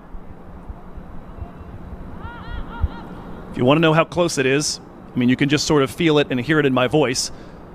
But there's a thing we calculate in cricket called the DLS par score that tells you who would win if the game were suddenly rained out for some reason right now. And the answer is Kingsmen by 2. 24 left to get. And it's De Silva bowling the last over from this end. The first delivery is going to fly off the edge, but there is protection at third man. It'll just be a single. 23 off 11. Sakalain Hayter asking for calm.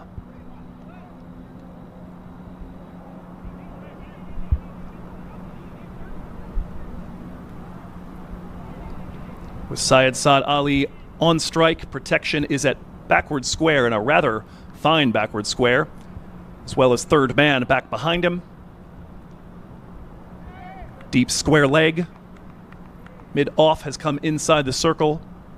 Long on, deep mid-wicket.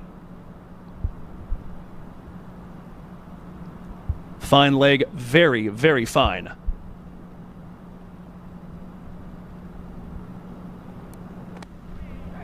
Good-looking Yorker length dug out and picks out that fine leg, Raymondar. That'll be another single, but the rate required continues to swell. 22 now needed off 10. As a reminder, when it comes to these numbers here, a good one to look at if you're an East Bay Blazers fan is 178. If Chicago lands there or at 179, or if they fall in a super over, East Bay sneak in the back door and take the ticket to Morrisville. Leaning back, that one's in the air, could be a chance, taken! Hassan Khan only does 2 runs worth of damage. And a 4th wicket falls here in the penultimate over. De Silva has been economical. He's picked up the wicket of Ramiz Raja early. And an incredibly important one. Hassan Khan has been part of the partnerships that have pulled matches out of the fire twice already in the last 52 hours here in Grand Prairie. He will not get that opportunity here. Goes fetching a ball with a ton of swing on it outside the tram line. Does not get enough. And the catch is squeezed at backward point. Huge, huge moment in this match. It's going to be Adam Khan coming on at 6. And I have to believe at this point, the mission he has been sent in with is get Syed Saad Ali on strike. 22 now required off 9. But you know better than to ever count out this Chicago Kingsmen team. They have lost just once this season.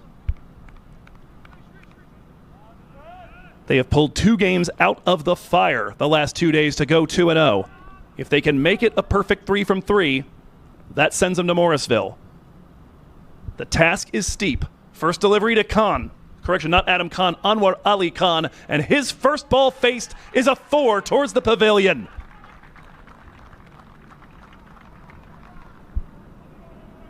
We heard about it right off the bat from Brian Walters. This is somebody who can come in and get you runs in a hurry. He's ready to hit the accelerator from the word go. Make it now 18, required off 8. This game on an absolute knife's edge. And anything I said about the mission being to get off strike and give it to Syed Saad Ali, perhaps a little overstated when I was unclear on which A-Con this was. Anwar faced just one ball in the regular season, but his 17 not out off 13 on Tuesday included 2 4s, the second of which were the winning runs in a match that seemed lost against East Bay. That one is lifted. Has he picked out the man? You bet he has! Wicket number 5 in the pockets of the home side. Kings 11 Dallas making inroads. Wickets on 2 deliveries in 3.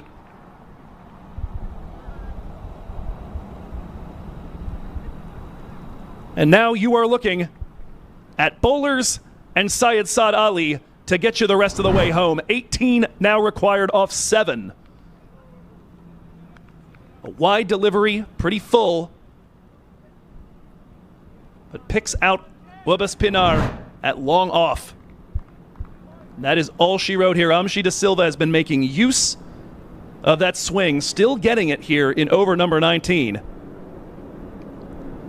Targeted for that one boundary, but otherwise it has been an economical over. It has been a destructive over. It has been the kind of penultimate over that is the reason you hand the ball to somebody for over number 19.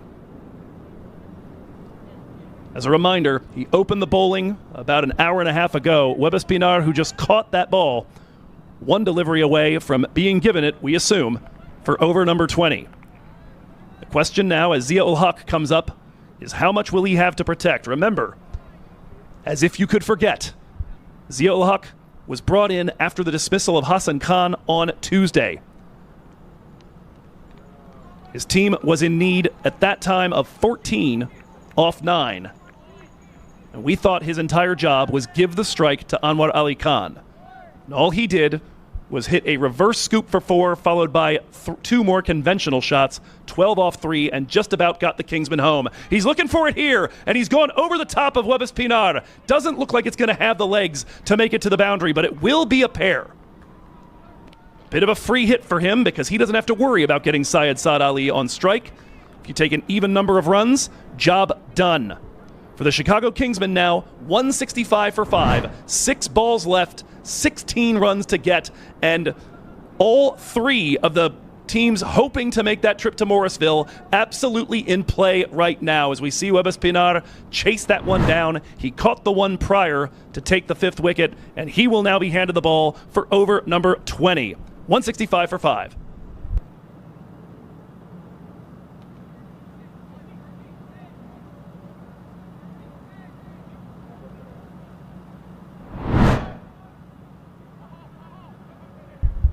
A look here at the highlights of a very busy penultimate over. The wicket right there of one of the danger men, Hassan Khan. A 4 on the first ball Anwar Ali Khan saw as he came in at 7. And then the ball drilled straight down the throat of Wabas Pinar. And that is the man on your screen right now. His left arm orthodox spin / sneaky medium pace is going to be what Kings 11 Dallas deploy here to try to protect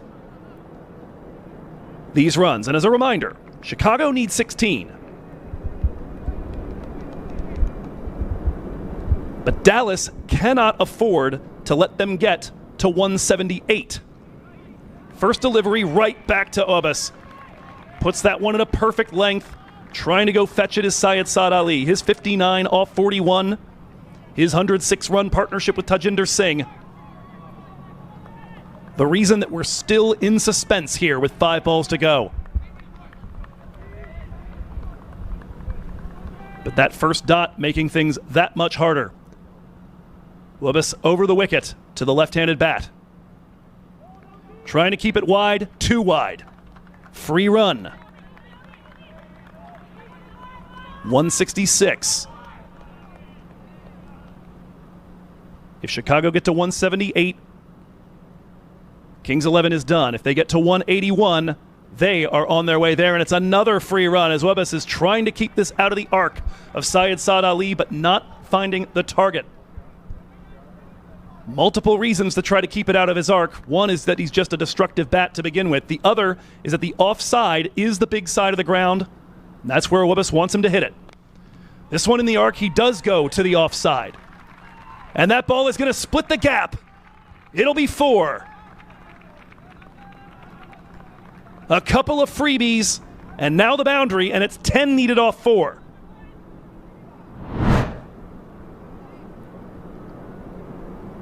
Fans in Texas, Illinois, and California all on the edges of their seat. Couple of wide balls. Wubis couldn't chance another one dancing outside the tram lines, and he brings that one right into where Syed can hit it firmly. 63 for him on his 5th 4.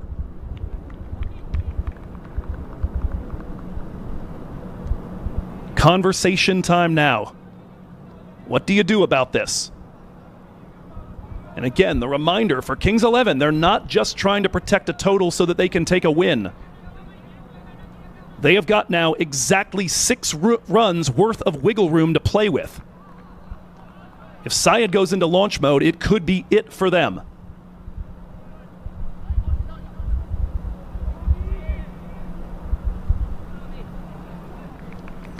Saad Ali, by the way, with that 4, his 5th of the day, 100 4s in MILC.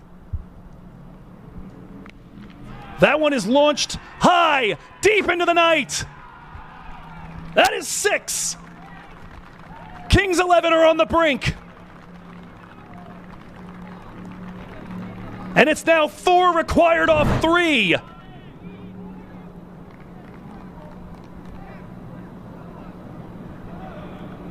And for Kings 11 Dallas, they basically need 3 dot deliveries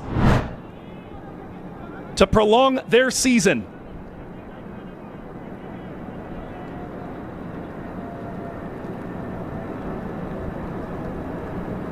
A 4 here, and Syed Saad Ali could send his side to Morrisville! And Syed Saad Ali has gotten it done!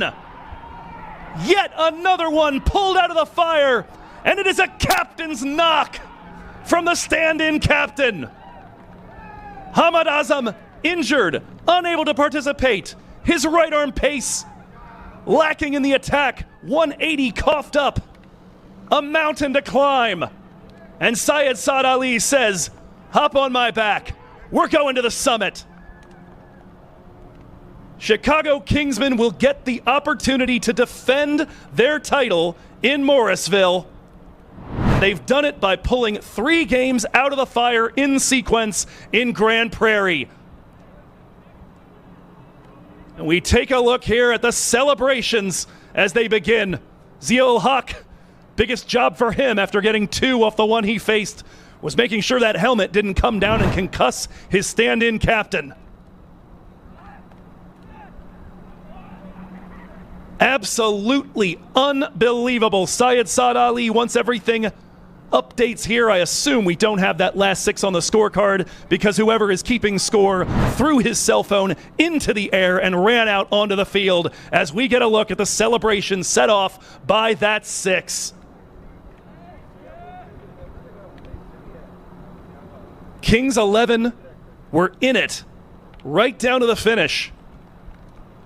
In fact, a little bit less out of those last couple balls there, and East Bay Blazers may have had their chance to sneak in. But it is the Kingsmen. Our Royal Rumble ends in a 5-wicket victory with 2 balls left, and sooner or later that card is going to update, but I can tell you, because I can do math, I don't know if you noticed over the course of the last 3 days, Syed Saad Ali, 75 off 44. An absolutely stunning knock. He joins the 100 4s club in minor league cricket with the 5th of his balls to the boundary earlier today, but it's those back-to-back sixes at the very close that gets the Kingsmen home. No need for spreadsheets and calculators for net run rate. No three-way tie to be had. We will take a look in a moment here at the batting and bowling cards. Get a little data into the action here after a few moments fueled by pure emotion. Ramiz Raja out inside the power play. He was the only power play wicket down as he was squared up LBW by Amshi De Silva. 20 from Faraz Ali before he went down 5 balls outside the power play, and that was the beginning of the big partnership. Syed Saad Ali and Tajinder Singh, 75 and 52 at high scoring rates from both of them. They don't need much in the way of help, which is good news because they did not get it from the folks down the order. Hassan Khan just 2 off 4 before Amshi De Silva took his wicket as well. That 19th over seemed like it might have set the stage for a really tense 20th, as De Silva also would get Anwar Ali Khan following a single 4. But Ziaul Haq, the 2 to make it 16 required off the final over. He made sure that the big man, Syed Saad Ali, was on strike to face those last deliveries. And Saad gets it done. Wabis Pinar, a very expensive final day. He has been among their best bowlers this season. A bit of a surprise as a leading wicket taker throughout this campaign.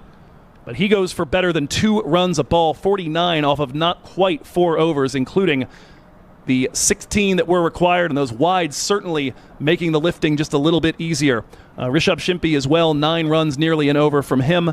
Amshi De Silva, no doubt the pick of your bowlers. 3 for 21 for the righty pacer. A lot of swing coming through the zone, a lot of dangerous deliveries, and he takes 3 of the 5 wickets that fell, but it turns out not to be enough thanks to the brilliant work and the captain's knock, as we said, of Syed Saad Ali.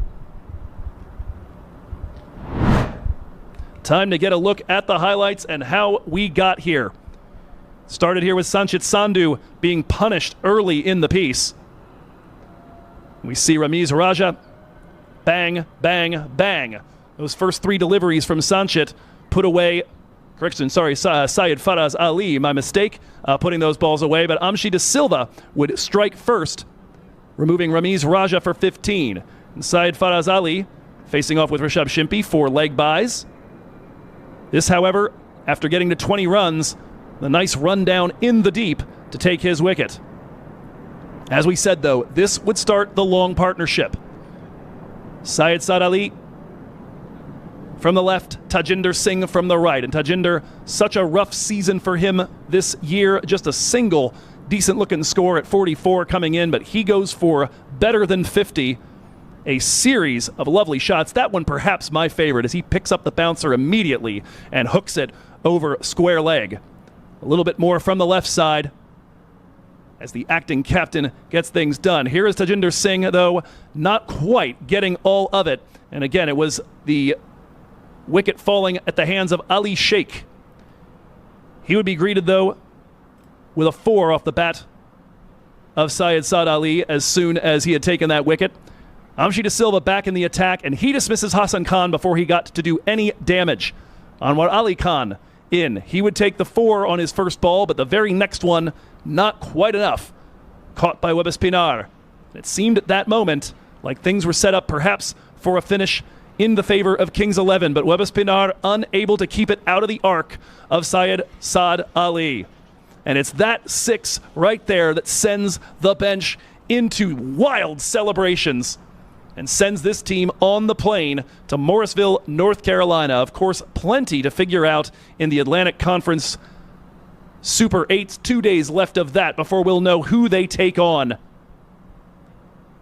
But they are ready to take on all comers at this point. They go to a total of 10 wins on the season now against 1 loss and a no result. And they take out the home team here after managing to survive East Bay Blazers and Silicon Valley Strikers the 2 nights before. Well, I don't think you could have possibly asked for more from the Super 8s. A final over finish here in Grand Prairie, Texas. I'm not quite sure why it's showing Kings 11 winning by -3 runs. That might have helped out on the net run rate. That would have absolutely gotten the Blazers in. But no, in actuality, of course, it is Chicago Kingsmen picking up the victory here today by 5 wickets. Looking at the wrong one with 2 balls remaining. For Hassan in the truck, for everybody here, David White, the match manager, for, of course, my beloved partner in crime this week, Brian Walters, many thanks to all of you that have been tuning in, all the friendly words we have heard as we're going to take one last look at the victorious moment from the bench. We thank you for tuning in here on the MLC Network. My name is Joe Hickey. It has been my pleasure. See you in Morrisville.